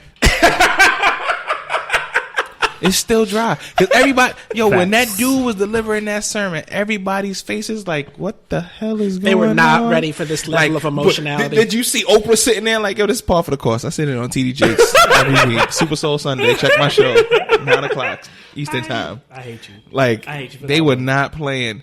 I don't think anybody in there was ready for that. But like you said, this was the blackest she's ever been in her life. And it was a great way to use your moment to kind of like rub it in everyone's face whoever doubted you in this moment. Yeah. Because it's like, oh, I wasn't black, huh? Like, I'm married black, to the whitest family on earth. And I got this black. mofo up here doing Bobby Jones gospel. Fuck all y'all. Come at me again. You see it, huh? About to have the first Windsor with braids in her hair. Y'all bitches ain't ready. But Chris, you had a comment to make about how people are reacting to the event. Like everybody was like, "Oh, she did it for the culture," and it was like this whole big thing. She was like a symbol. Mm-hmm. But I remember when a black chick from America married an Ethiopian prince, and I didn't see it anywhere. I didn't see it anywhere. It wasn't nobody reposting it, and the few pages that I do follow that are really Afrocentric had it. But on a mass scale, I didn't see it anywhere. I'm like, okay. How was it like this is your savior now? Like, oh, we're in the royal family. It's like, no, true. Like Queen Elizabeth bowed to like Haile Selassie. Like he's really got a royal bloodline. This shit isn't made up. That shit's traced all the way back. That's the only person she ever bowed to. How do you not see that as like everything that you're hailing this to be now? That doesn't mean anything. They don't even have any real political power. It's all a farce. And then, like we were talking about, Greenfeld Towers is still fucked up. How much did this wedding cost? 20,000? No, more no, millions, bro. Like $30 million. Yeah, it did cost a couple million. Like because you could have literally like changed a whole bunch of people's lives whose shit was fucked up after that thing happened, and you had no qualms about doing this shit. I just want to say, I don't really care about this wedding. Don't get me wrong. No, seriously. I do for the moral of it. No. Outside of that, like Sage, she'll tell you if she was sitting here right now, bro, she woke up at 4:00 in the morning. I know. So and sat there and watched the whole fucking ceremony. I know. So I had family that did that too. That doesn't. But it's okay. Listen, it's okay if you like pomp and circumstance. That doesn't offend me on a moral level. I get that, but then if you're gonna do that, watch Keeping Up with the Kardashians. Same shit. I don't. Okay. Wow. All right. Ooh. That's a no. Same shit. It's the same. Anybody see that bus? Nah, that's a listen. No. When anybody gets married, I'm happy for them. Live long, prosper, be happy, all this other stuff. As far as Prince Harry and this girl go, I don't really. They don't do nothing for my life. Nothing's changed. Wakanda forever. You know what I'm saying? Like nothing's changed. I will say this though: we'll all be singing a very different tune when Sasha and Malia get married, though.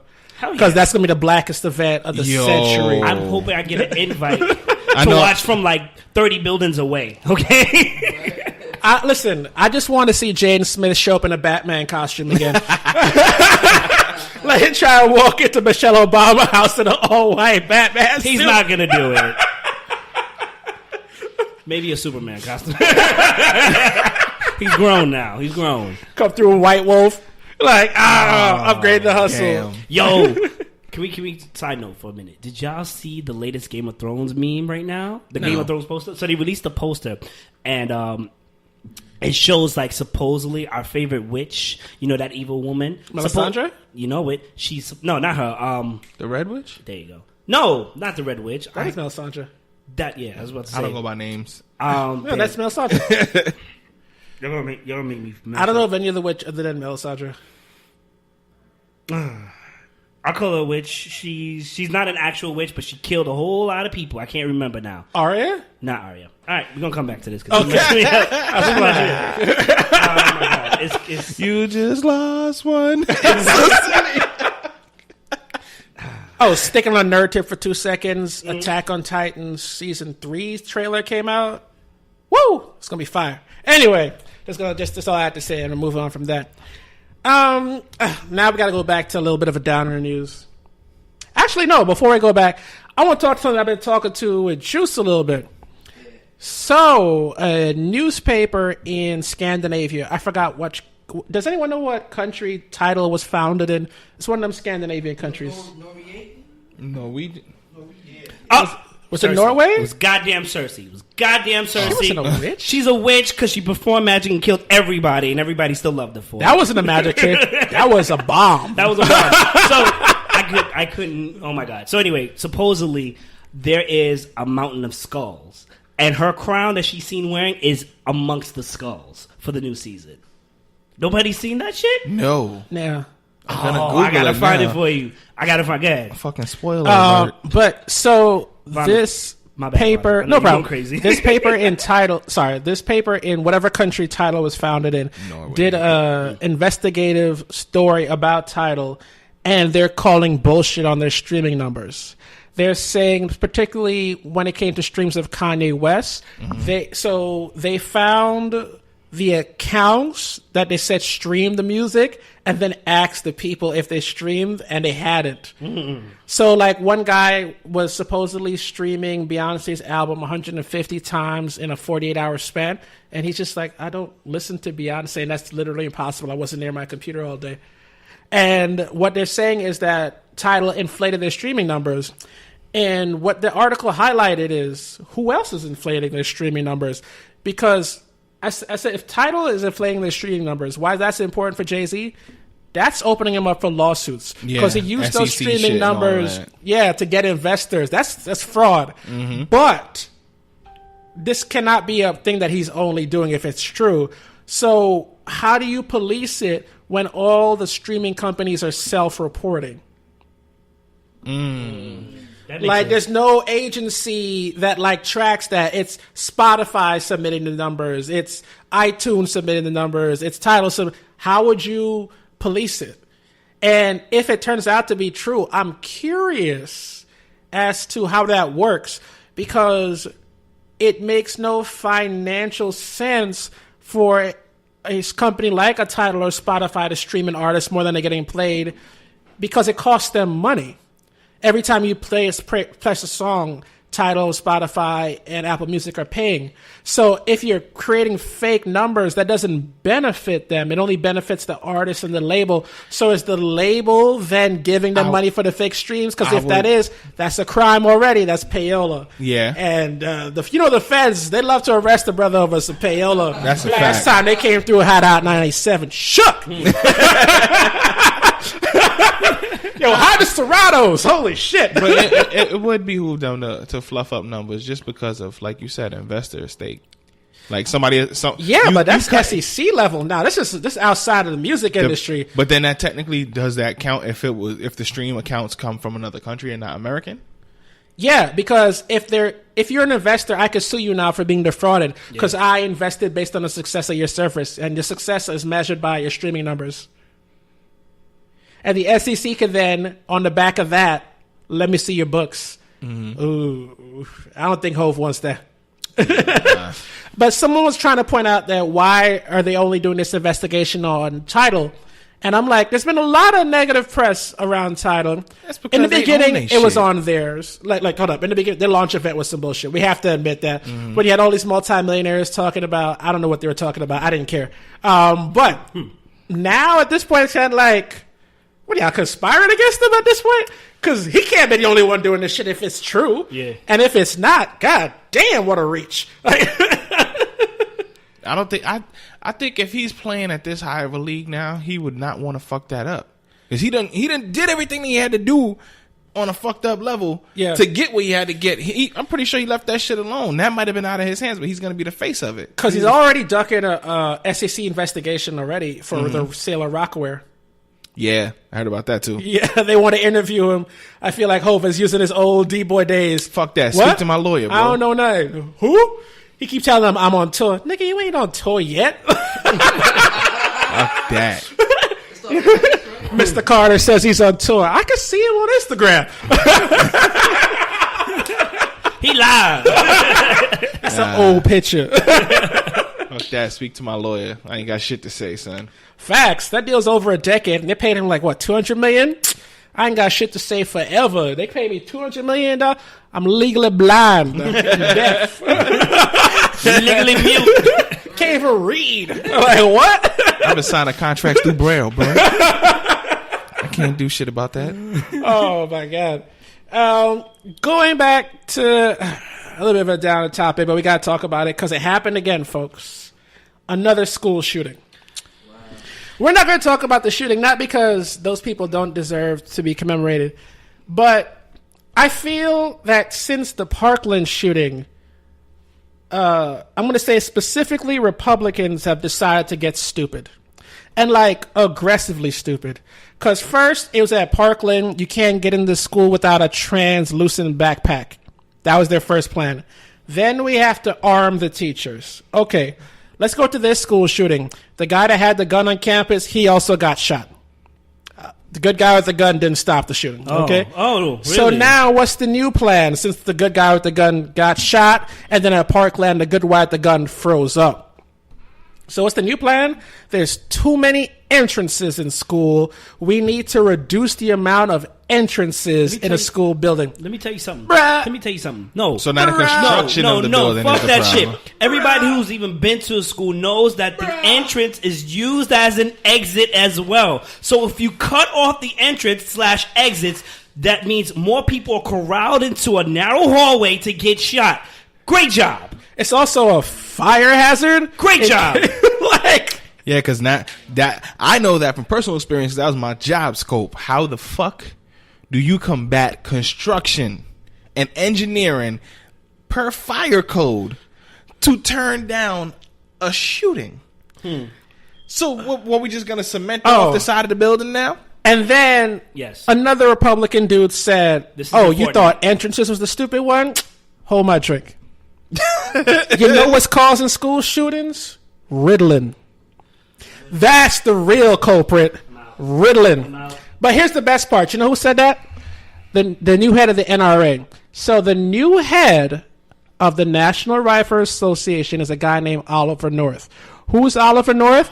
Oliver North is a convicted felon who was convicted of what? Using U.S. funds to illegally supply guns to Iran and to rebels in Latin America who raped and killed nuns. That's who Oliver North is. The Iran-Contra shit. Yeah. Ali North, the guy who literally has a felony conviction for gun trafficking is the head of the National Rifle Association telling me about patriotism. Nigga, what you did was an act of treason. Like, what the fuck are you, bro? Are you talking about Ritalin? Holy crap! I might need to take some to listen to you speak, because wow. I mean, it's only treason if you see America as a country and not a business. He's doing what behooves his pockets. Why are we listening to? Why are they even invited to anywhere? Like, we just need to shut them down. Like, you know, like the that ineffectual, the ineffectual parent. Like, yo, bro, like what you say and does do nothing. It changes nothing. Nothing. Translucent bags change nothing. Literally, it has now. Was Maxine Waters anywhere around to reclaim when that shit happened or was said? She was too busy shutting down a dude on Congress. Did you see that? Yeah, I saw that shit. Oh, that was beautiful. Yes, that's I was hoping she was Maxine. somewhere on the floor when that shit happened, but clearly that wasn't the case. No, hoping too much. Don't worry, she'll get there. Yeah, she'll get there. So now the governor of Texas. After the lieutenant governor talked about the issue of too many doors in schools, too many entrances, Chris. The governor says, you know, what we really need to do is start arming more teachers, and because more crossfire is a better thing. For anybody who's ever been in an environment with weapons present, I know that you'll all agree with me that more weapons made it much safer, right? No. That's always been the experience. Like, when countries have tension, giving them more bombs makes the whole scenario more safe. First of all, like, I don't understand what they think. Like, the kids, right, who are shooting up the school, let me say the people who are shooting up the school come in shooting. That means the teacher have to arm themselves, load the gun, and shoot back, right? Teachers aren't really thinking. They think, oh, maybe I just have to flash the gun and everything will be okay. No, then you have to aim and shoot. Now, the fucked up thing is, let's just say they actually kill the guy, the actual killer, the gunman on site. That's going to stay with them for years. They shot somebody. It's not going to be like, oh, well, you know, not a lot of people are made in that fortitude to be like, you saved a whole bunch of people. No, I shot a kid. And chances are I might have shot another kid to get that kid. Let's also point this thing out again, too. This young man was he used to wear like trench coats, like jumpsuits or whatever. Mm-hmm. There's a picture that he posted online that had the Nazi cross from the German Special Forces, but only if you're a white supremacist could you have peeped that. That's the second school shooter to have Nazi affiliations. Mind you, he got arrested peacefully. That's the second time a white guy who was a mass shooter claiming Nazi ties murdered people at the murder scene, got arrested without incident. And he was still getting armed. shot for cell phones. And he was still armed. He has a gun, just murdered people, and he's going down peacefully. Ain't that a bitch? I just want to add on. Remember that guy who also came in with his Confederate flag and gun and shot at Magnum? Shout out to whiteness. Only whiteness can allow you to show up to an active crime scene with a gun and not get arrested and your or Confederate questioned, flag. And people listen to you because only if that was a card, have valid ideals for what? I don't fucking. Oh my god, yo, guys. Listen, people are gonna say like society's failing. No, we can't do that. That's not everybody. The majority of people actually support measures to reduce violence. I'll give you a statistic I like to quote people. States with gun regulation have 52% less shootings. 52%. That's not a small number, right? People like to use Australia, and Australia had its first mass shooting for the first time in 22 years.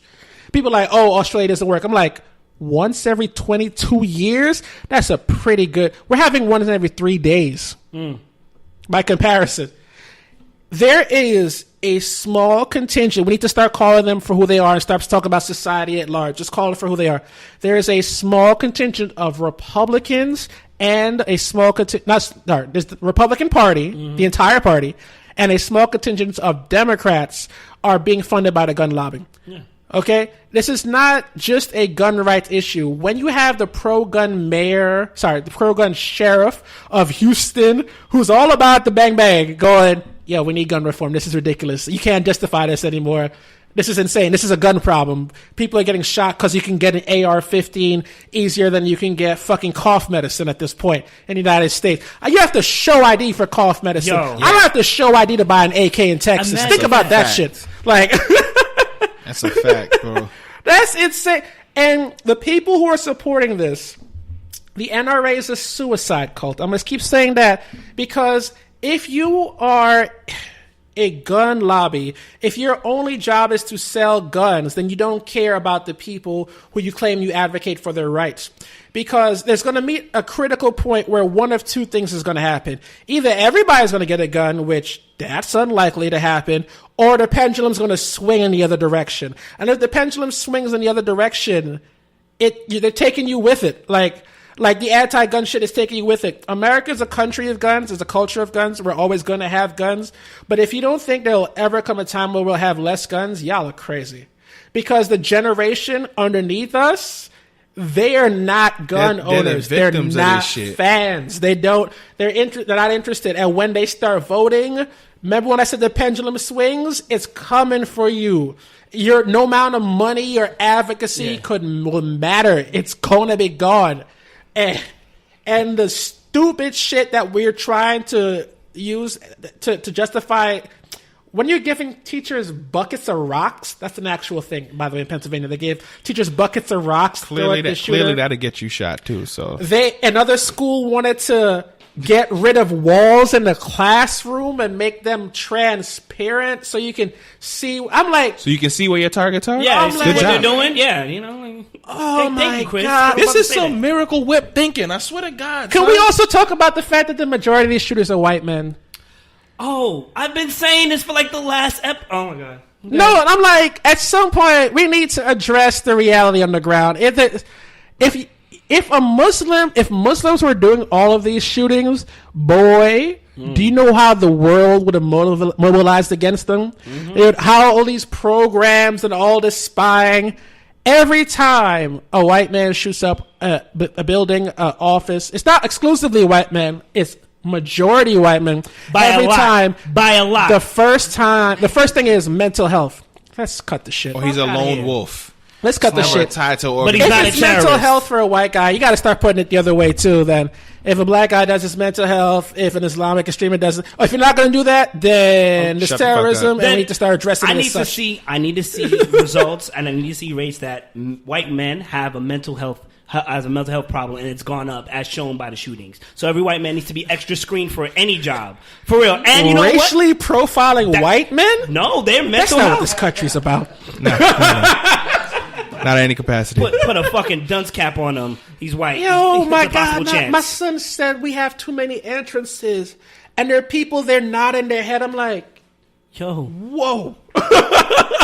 Like, the fact that you got an applause for that shit. The purpose of an entrance/exit of a school is if something happens, people can leave the building where there is danger. Where there is danger. If you don't get it by now, oh my God, kill yourself. Seriously, natural selection is too slow for you. Seriously. He wants to get rid of entrances. Bro. That's like a killing pen. He's creating a killing pen in schools. That's what he's doing. Listen, I know in New York, since we're in New York, we sometimes think that these things don't affect us, but that's not how the gun laws work. When gun laws in other states are lax, it affects the places where it isn't. So, for example, everyone always talks about the gun violence in Chicago. Those guns come from Indiana. Everyone wants to talk about gun violence in New York City. Those guns come from Virginia. This isn't a problem where I could be like, I'll stay in my New York bubble and I'm good. It can't. We have to all work together on this. And just for the record, the crazies don't always win. Like this past week, we had some elections. And let me tell you something about these elections. Them gun guys are terrified. Because there were some Republicans that lost in districts that went to Trump by like 5 and 10 points, and Democrats won. And not just like Hillary Clinton Democrats. I'm talking left-wing Bernie Sanders Democrats one. Damn. And that's the reflection of, that's a hate vote right there. Like, I don't even believe what she's saying. I just fucking hate you. Like, hate's a motivator. That's how we got this president. Like, So I guess the white lash is getting the backlash now? yeah. Listen, I don't think it's going to solve all our problems, but it needs to solve some of these problems. Speaking of 45, ooh, listen, I still don't think he's going to jail, but the Fed's case is so strong, it's ridiculous. Yo, My God. Did you see him tweet out that the witch hunt is funny? Witch hunt, bitch? All your peoples is dropping. What are you talking about? He still don't have a full fucking staff yet. This Fed case is... The New York Times reported yesterday that Donald Trump Jr. had a meeting with an Israeli social media guru, this mercenary who's like the shadiest person on earth and also the brother of Betsy DeVos. And the brother was representing the Saudi Arabia and Qatar. So Qatar, Saudi Arabia, and Israel were at this meeting. And you're like, what was this meeting about? The meeting was, how can we help Donald Trump win the presidency? It was 3 months before the election. And they wanted to create a multi-million-dollar campaign to help him become president. And you're like, what's the big deal? That's against the law. You're not allowed to take foreign donations or collaborate with a foreign fucking government on a presidential election. And that story was revealed by the New York Times yesterday. Bob Mueller's team, the guy investigating Donald Trump, had been interviewing people from that story for months. Wow. So that's why Trump this morning is asking for an investigation on Obama, because he said they were spying on him. I'm like, what would they have found if they were spying on you, Donald? What are you so paranoid about? Money, perhaps? Idiot. Yeah. This raccoon wig wearing. And he also this week said, the animals, when describing immigrants in the United States. Oh, yes. They're not even people, they're animals. That was his quote. But they're trying to say he was talking about MS-13. He wasn't. He was talking about immigrants. Yes. The president's a white supremacist. I don't know why I have to keep acting like he doesn't burn crosses in his bedroom. It's like at this point, like, anywho, let's talk about basketball for a second. Shout out to your boy LeBron out here beating the Celtics last night. Gave him that work. Yeah, listen. It's the only sport where one man can beat a whole fucking team. Like, Facts. I'm a little worried for him. I ain't even gonna lie. why? Because the rest of his team is trash? Yeah, because he just can't. Like, The rest of his team always trash, except for that 1 year he had Kyrie. That's it. You got spotty ass players on your whole squad, bro. I don't know if he can pull it off, because he's gonna have to pull it off twice. To get past the Celtics, he's gonna have to do one man show. Listen, and then they get past Golden State, because we know Golden State's gonna win. Listen, the greatest thing I saw this playoff was when LeBron James broke the spirits of the Toronto Raptors. I never seen an entire city take an L that hard in my life. Like, LeBron James by himself only scored 2 less points than the 2 All-Stars on the Toronto Raptors. And he had more assists and rebounds. I said, damn, he crushed your spirit. With them fadeaways to the hand in my face, can't even see the rim. That still went in. That's the only time I've ever taken the form of little white boy with shit. And he just saw it, and he was just watching the TV, and he shot the game-winning shot. He just walked away confidently. Game. Ball still in the air, just turned around and walked away like, game, he got it. That's it. I was like, damn. He gave Boston that work last night, and he also took a moment to be petty. There was a guy in the front row wearing a MAGA hat, and he was giving out towels, and LeBron looked him in the eye and then threw the towel over his head to the dude behind him. Shout out to you, kid. Yes. You fucking with the wrong one. I wish I could do that at my job, but I'm not allowed. LeBron's like, I said what I said it. But I mean, I appreciate his greatness, man. He's a superb athlete, but he need to just legally change his name to LaFlop James, because LaFlop James, like the theatrics, bro, is Reggie Miller level. Oh, Reggie Miller was the god of this shit. Yo, LeBron may take his spot. He got shot every time.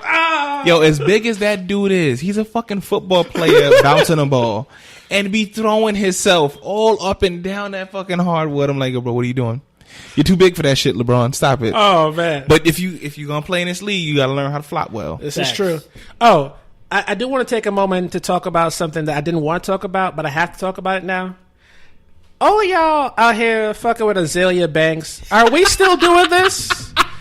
Are we still doing this? Listen, bro. She's Every a super time troll. I see some kind of like she's a super troll. think piece or thought piece about Azalea and whatever bullshit rationale she wants to throw out this week. What is she known for? Are we still doing this? Besides trolling. That's what she's good at. Because I know she puts out music. I just haven't listened to a single thing. This woman has spent her career shitting on black women, and now she's the Cape Crusader? Fuck She out shat of here. on them. She kissed their ass, shat on them, kissed their ass, shat on them again. Y'all remember when she came after Beyonce? Yep. Okay. So what is it somebody on Twitter said? It's like, oh, look, Azalea Banks sees someone else being more successful than her. Yeah. Time for an interview. Like, what the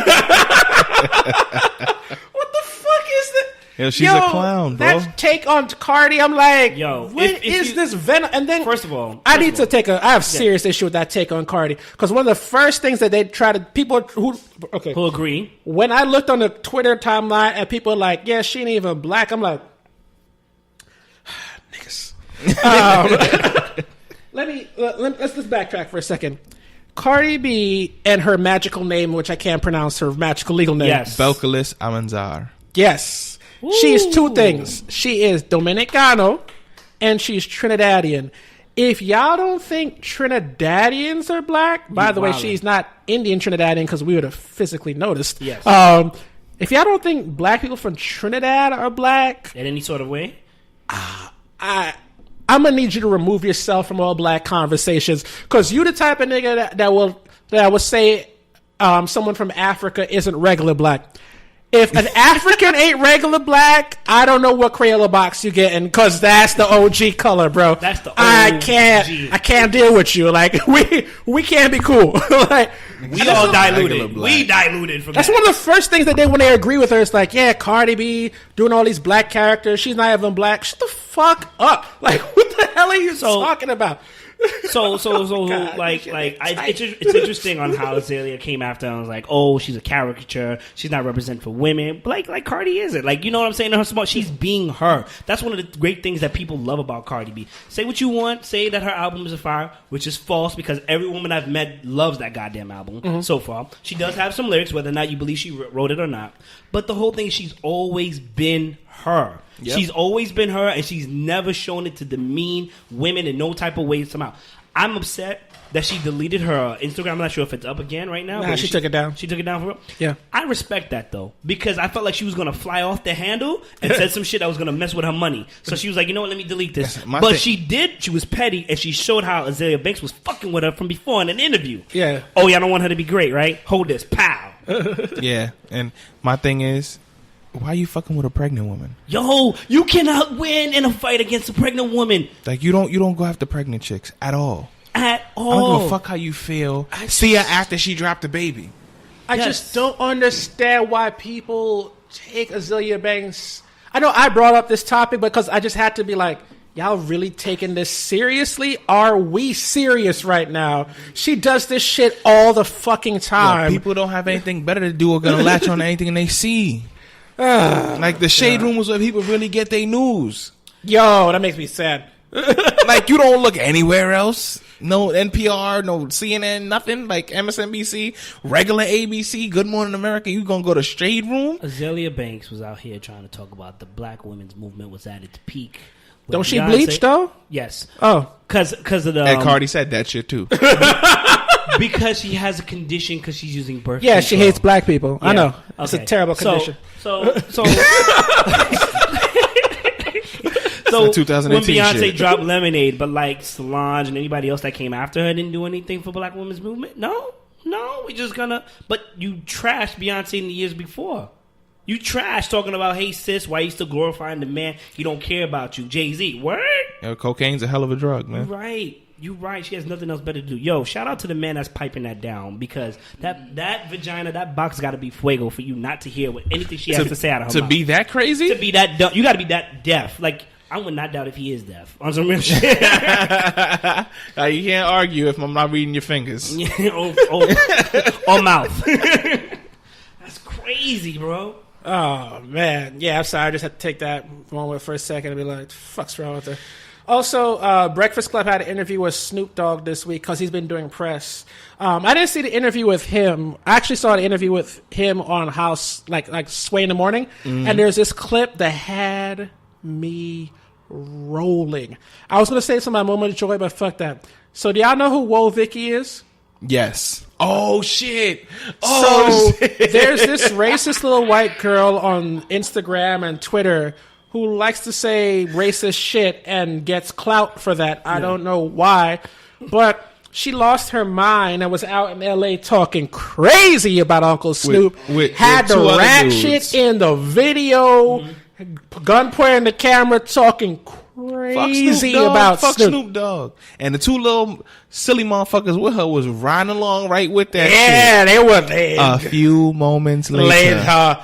I'd just like to apologize for what I said. I mean no disrespect. So they're playing that clip for Snoop, and Snoop's reaction was so... Snoop listened to the clip, and then they played the whole clip with her whole apology, and then at the end he goes, sounds like they were under pressure. Sound like somebody was in the room with them. Yo, you gonna say this shit? I wrote it. Good.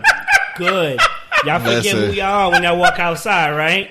This week has been a great week for trolls to get their shit. Yes. Lil Tay mama got fired. Yes, that's it. I was waiting for you to say it. Listen, Lil Tay, you're 9 years old. You need better guidance in your life, but fuck your moms. Fuck that chick. I'm sorry. You gotta tell what happened, bro. You got a little 9-year-old girl out here yelling about nigga and flexing with other people's money. You ain't shit. Yeah, nah. She was dead serious. Tay was saying that shit, and she was running around in the mansions acting like she owned shit in the mansions that her mother was selling. Her mama was a high luxury real estate dealer, but not anymore. Her company Googled her. Was like, wait, those are no, you're not doing this with us. delete. Now your mama on that unemployment line. What is it, Charlie? What is it? Not Charlie Murphy. The black dude. They used to do Ask Black People on Chappelle's show. The old black dude. Anyway, he always said everybody wants to be a nigga, but nobody wants to be a nigga. Paul Mooney. Lil Tay and Woah Vicky learned that lesson this week. Oh, everybody wants to be a nigga, but nobody wants to be a nigga. Yep. Facts.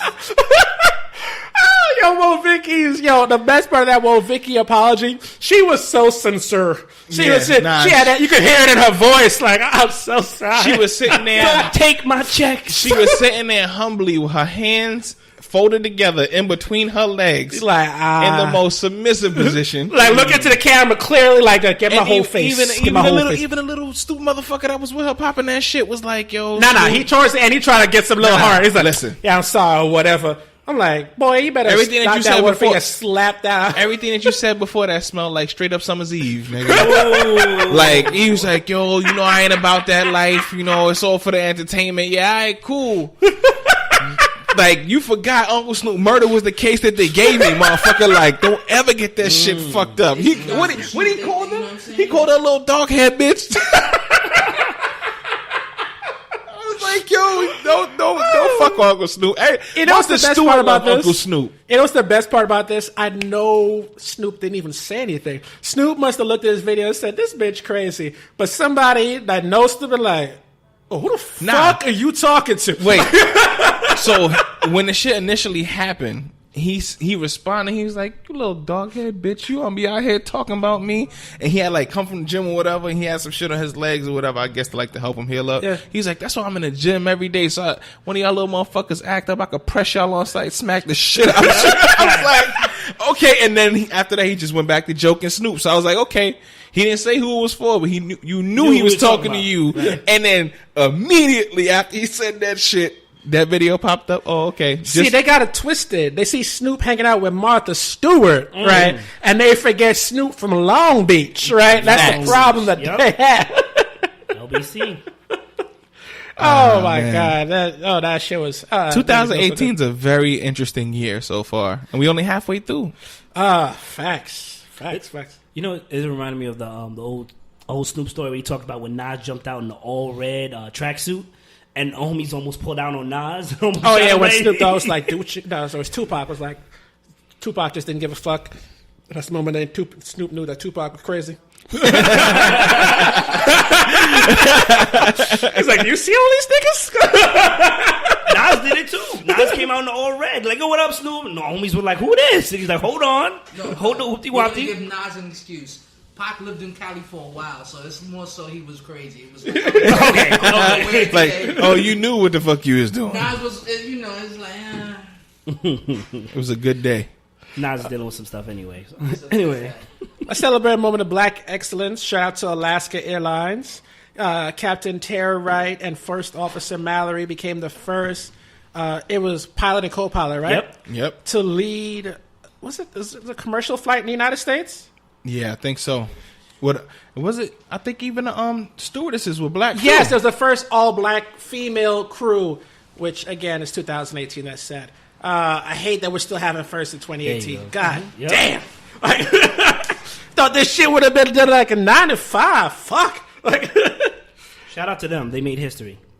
Absolutely. I don't know if you guys know this, but Jada Pinkett Smith has launched a new talk show. Yes, I saw Will talking about called it. Red Table? Yeah, Red Table. And first of all, okay, this is a new level of rich black people shit. Cause to sit down with your husband's baby mama to talk about the beef y'all used to have, like that can't reignite beef in that moment. No. I know Will must have been like, I'm not coming to this conversation, okay? I'm all about positivity, and I'm positive I won't be here today. Well, to be fair, let me just capitalize on that. Jada and Gabrielle Union had beef, right? Gabrielle Union? Yes, her and Gabby had beef. I'm sure of it. I'll look it up just to verify.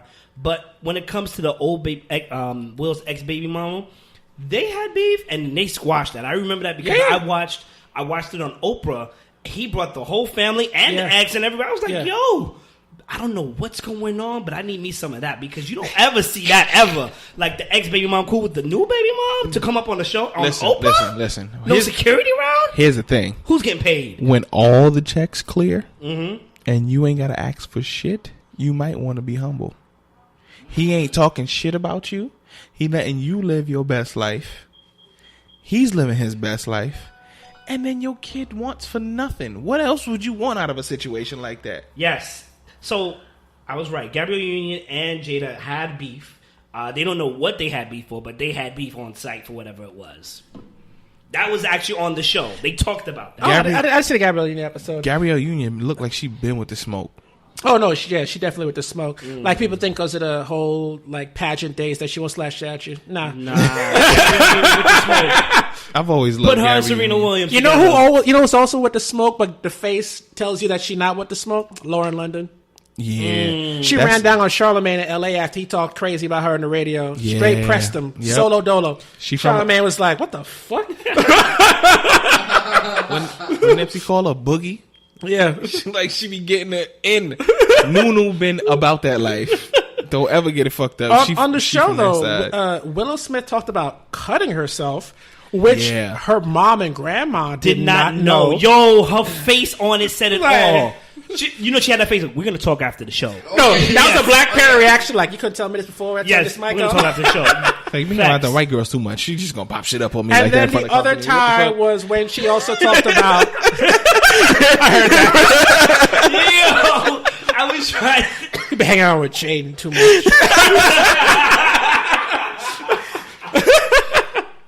Another time she talked about because she asked Willow, which, by the way, they must have a very different relationship. I can never picture a day when I could my mom would turn to me like, so when is the first time you learned about sex? I'm like,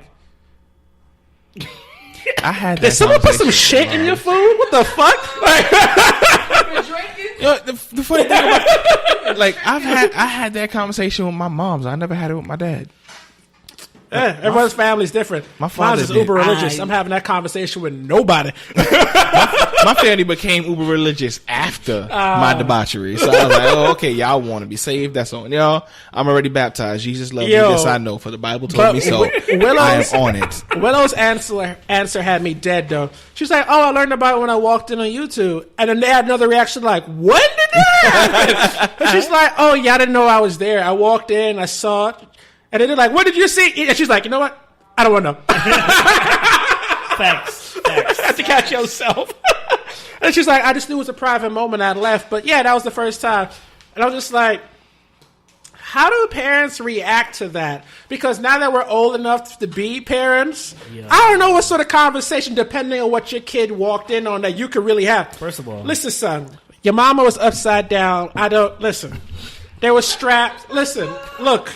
All right. So first of all, sometimes, ladies, you just heard if I give you this Xbox, so we never talk about this again. Wait. Is it Antonio Cromartie? I think it's Antonio Cromartie. Yeah. He got his own show with his wife and kids or whatever. He got mad kids. Yeah, he got 12. And and she was like, there are children in the room. Then he was like, if I wasn't looking at your mama the way I'm looking at her now, y'all wouldn't be here. That's gonna be my reaction.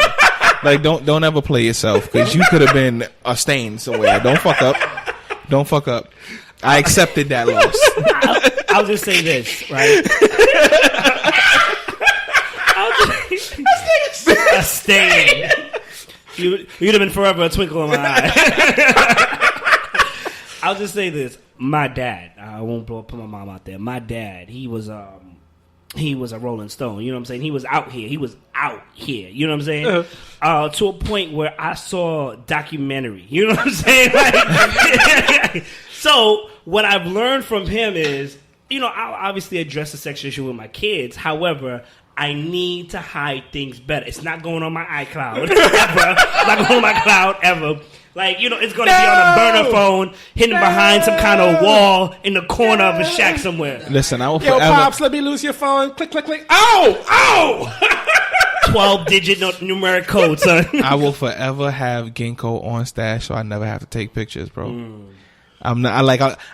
my uncle made sure, he was like, don't you ever photograph anything that you do, because that shit's a weapon. Women will find a reason. Like...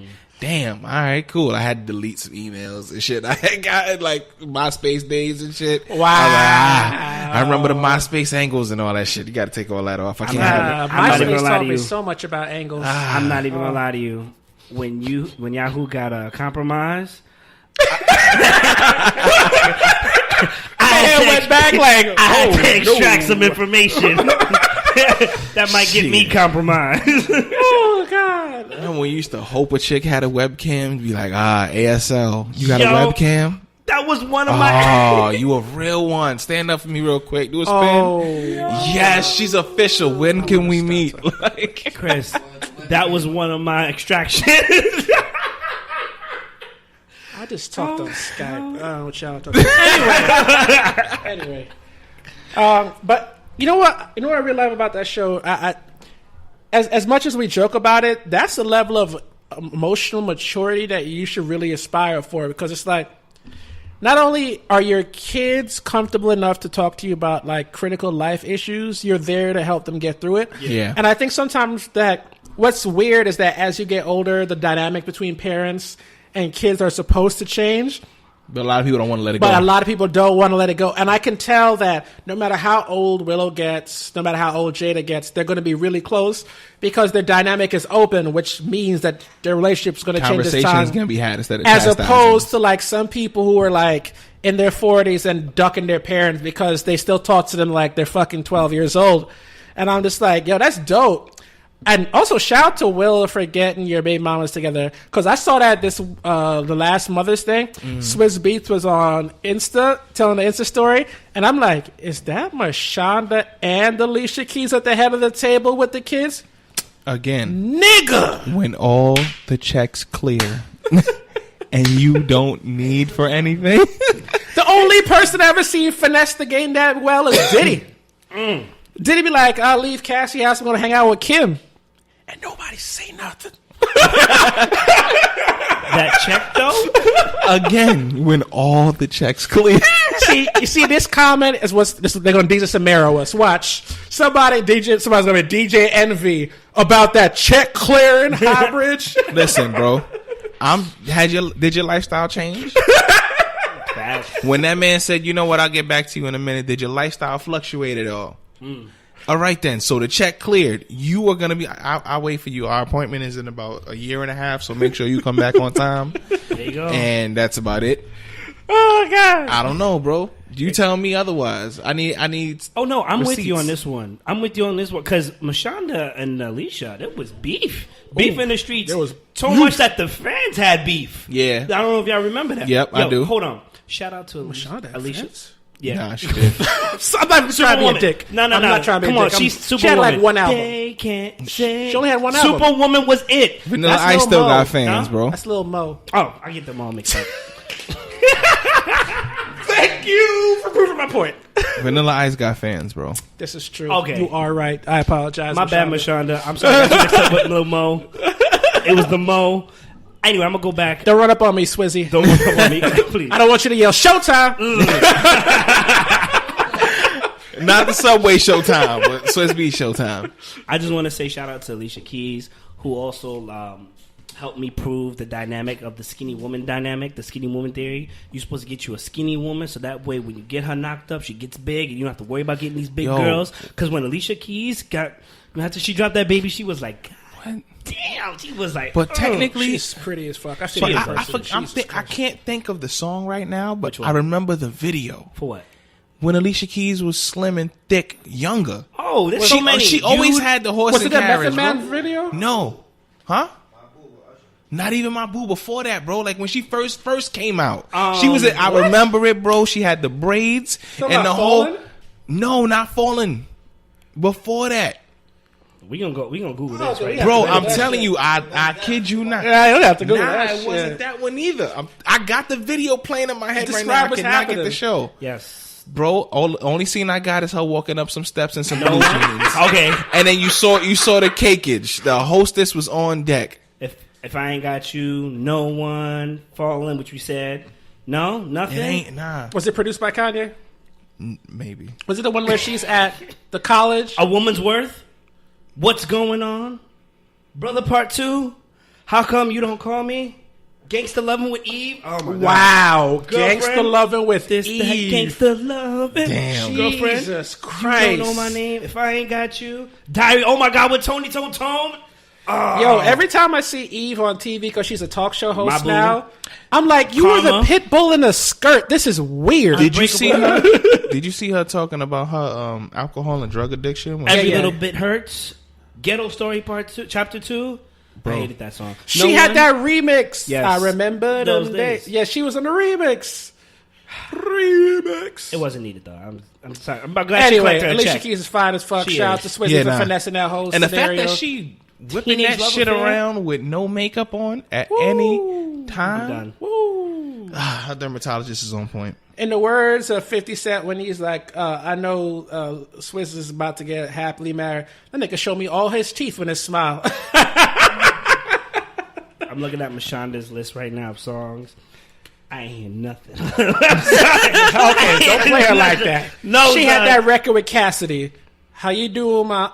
It's your song, my. That We wasn't can her get it. song. She was featured. She was still on the record. No, son. She you was know I was a on- Cassidy fan. No, son. I'm sorry, Mashonda.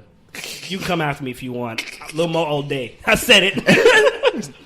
Be your super. Wait, that ain't was the shit verse for that that. launched Fab, right? Yeah, might have been. Yo, Had me listen. like, nah. da-da-da-da-da, No, that da-da-da-da. was Damn. I was with Fab when he said I got more kicks than Kung Fu flicks.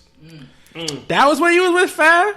That was when I was with Fab, bro. When I he started first messing with came Fab out. when he did a record with the Styles P and Jada. When he was going back and forth with Paul Kane. Do y'all remember Paul Kane? Yep. There's a triangle offense: Paul Kane, Joe Budden, and Fabulous. Nobody remember this. Anyway, he was going back and forth with Paul Kane on Keeping It Gangster remix. Damn. Keeping it gangster. We been riding together, and us back and forth is like putting Saddam Hussein and Bin Laden together. Soon as you get a crumb, they want to bury you. That's why I travel with a semi like Eddie and Coming to America. I was like, Damn. all right. Niggas just took it back. Shit. Pardon us, we having a moment right now. If you've been alive for as long as we have, you've seen some shit. Some miracle shit, all right? Fuck Lil Keeping Pump. it gags. Speaking of which, I think the young kids rock with Pump on this one. Sorry, Cole. I don't know if you guys watched the clips from Rolling Loud. Mm-hmm. Rolling Loud is like the festival for all the mumble rappers. And for some reason, they had J. Cole closing out the night. And when he was performing in 1985, Lil Pump was in the crowd dancing to it. Which was like, whatever. But when Pump came on, the reaction to him versus Cole, I'm like, they didn't hear you, Cole. didn't hear you at all. And it wasn't even a diss. Like, it was like advice. I'm like, I don't think he listening. Though there was a guy that did a response. Yeah. Not bad. Corday? Yeah, Corday. I'm like, you know what, Corday? I can appreciate I was surprised. that. But see, Yeah. that's artistry in response to something. Yeah. I can appreciate that. You just saying, nah, you jit or whatever, and you just gonna keep on making music. Yo, bro, as a rapper, he came at you, or you feel like he came at you. Yeah. Say something back. Yeah. Don't But just- Corday is definitely going a different route because I got curious. And the first song that got him buzz was a freestyle over Eminem, My Name Is. If you're a, what is that, 17, 18-year-old, and you choose to freestyle over My Name Is, you obviously are not listening to exclusively mumble rap. That's just, you're not going to just find that in a random he technically playlist. wasn't even talking to Corday.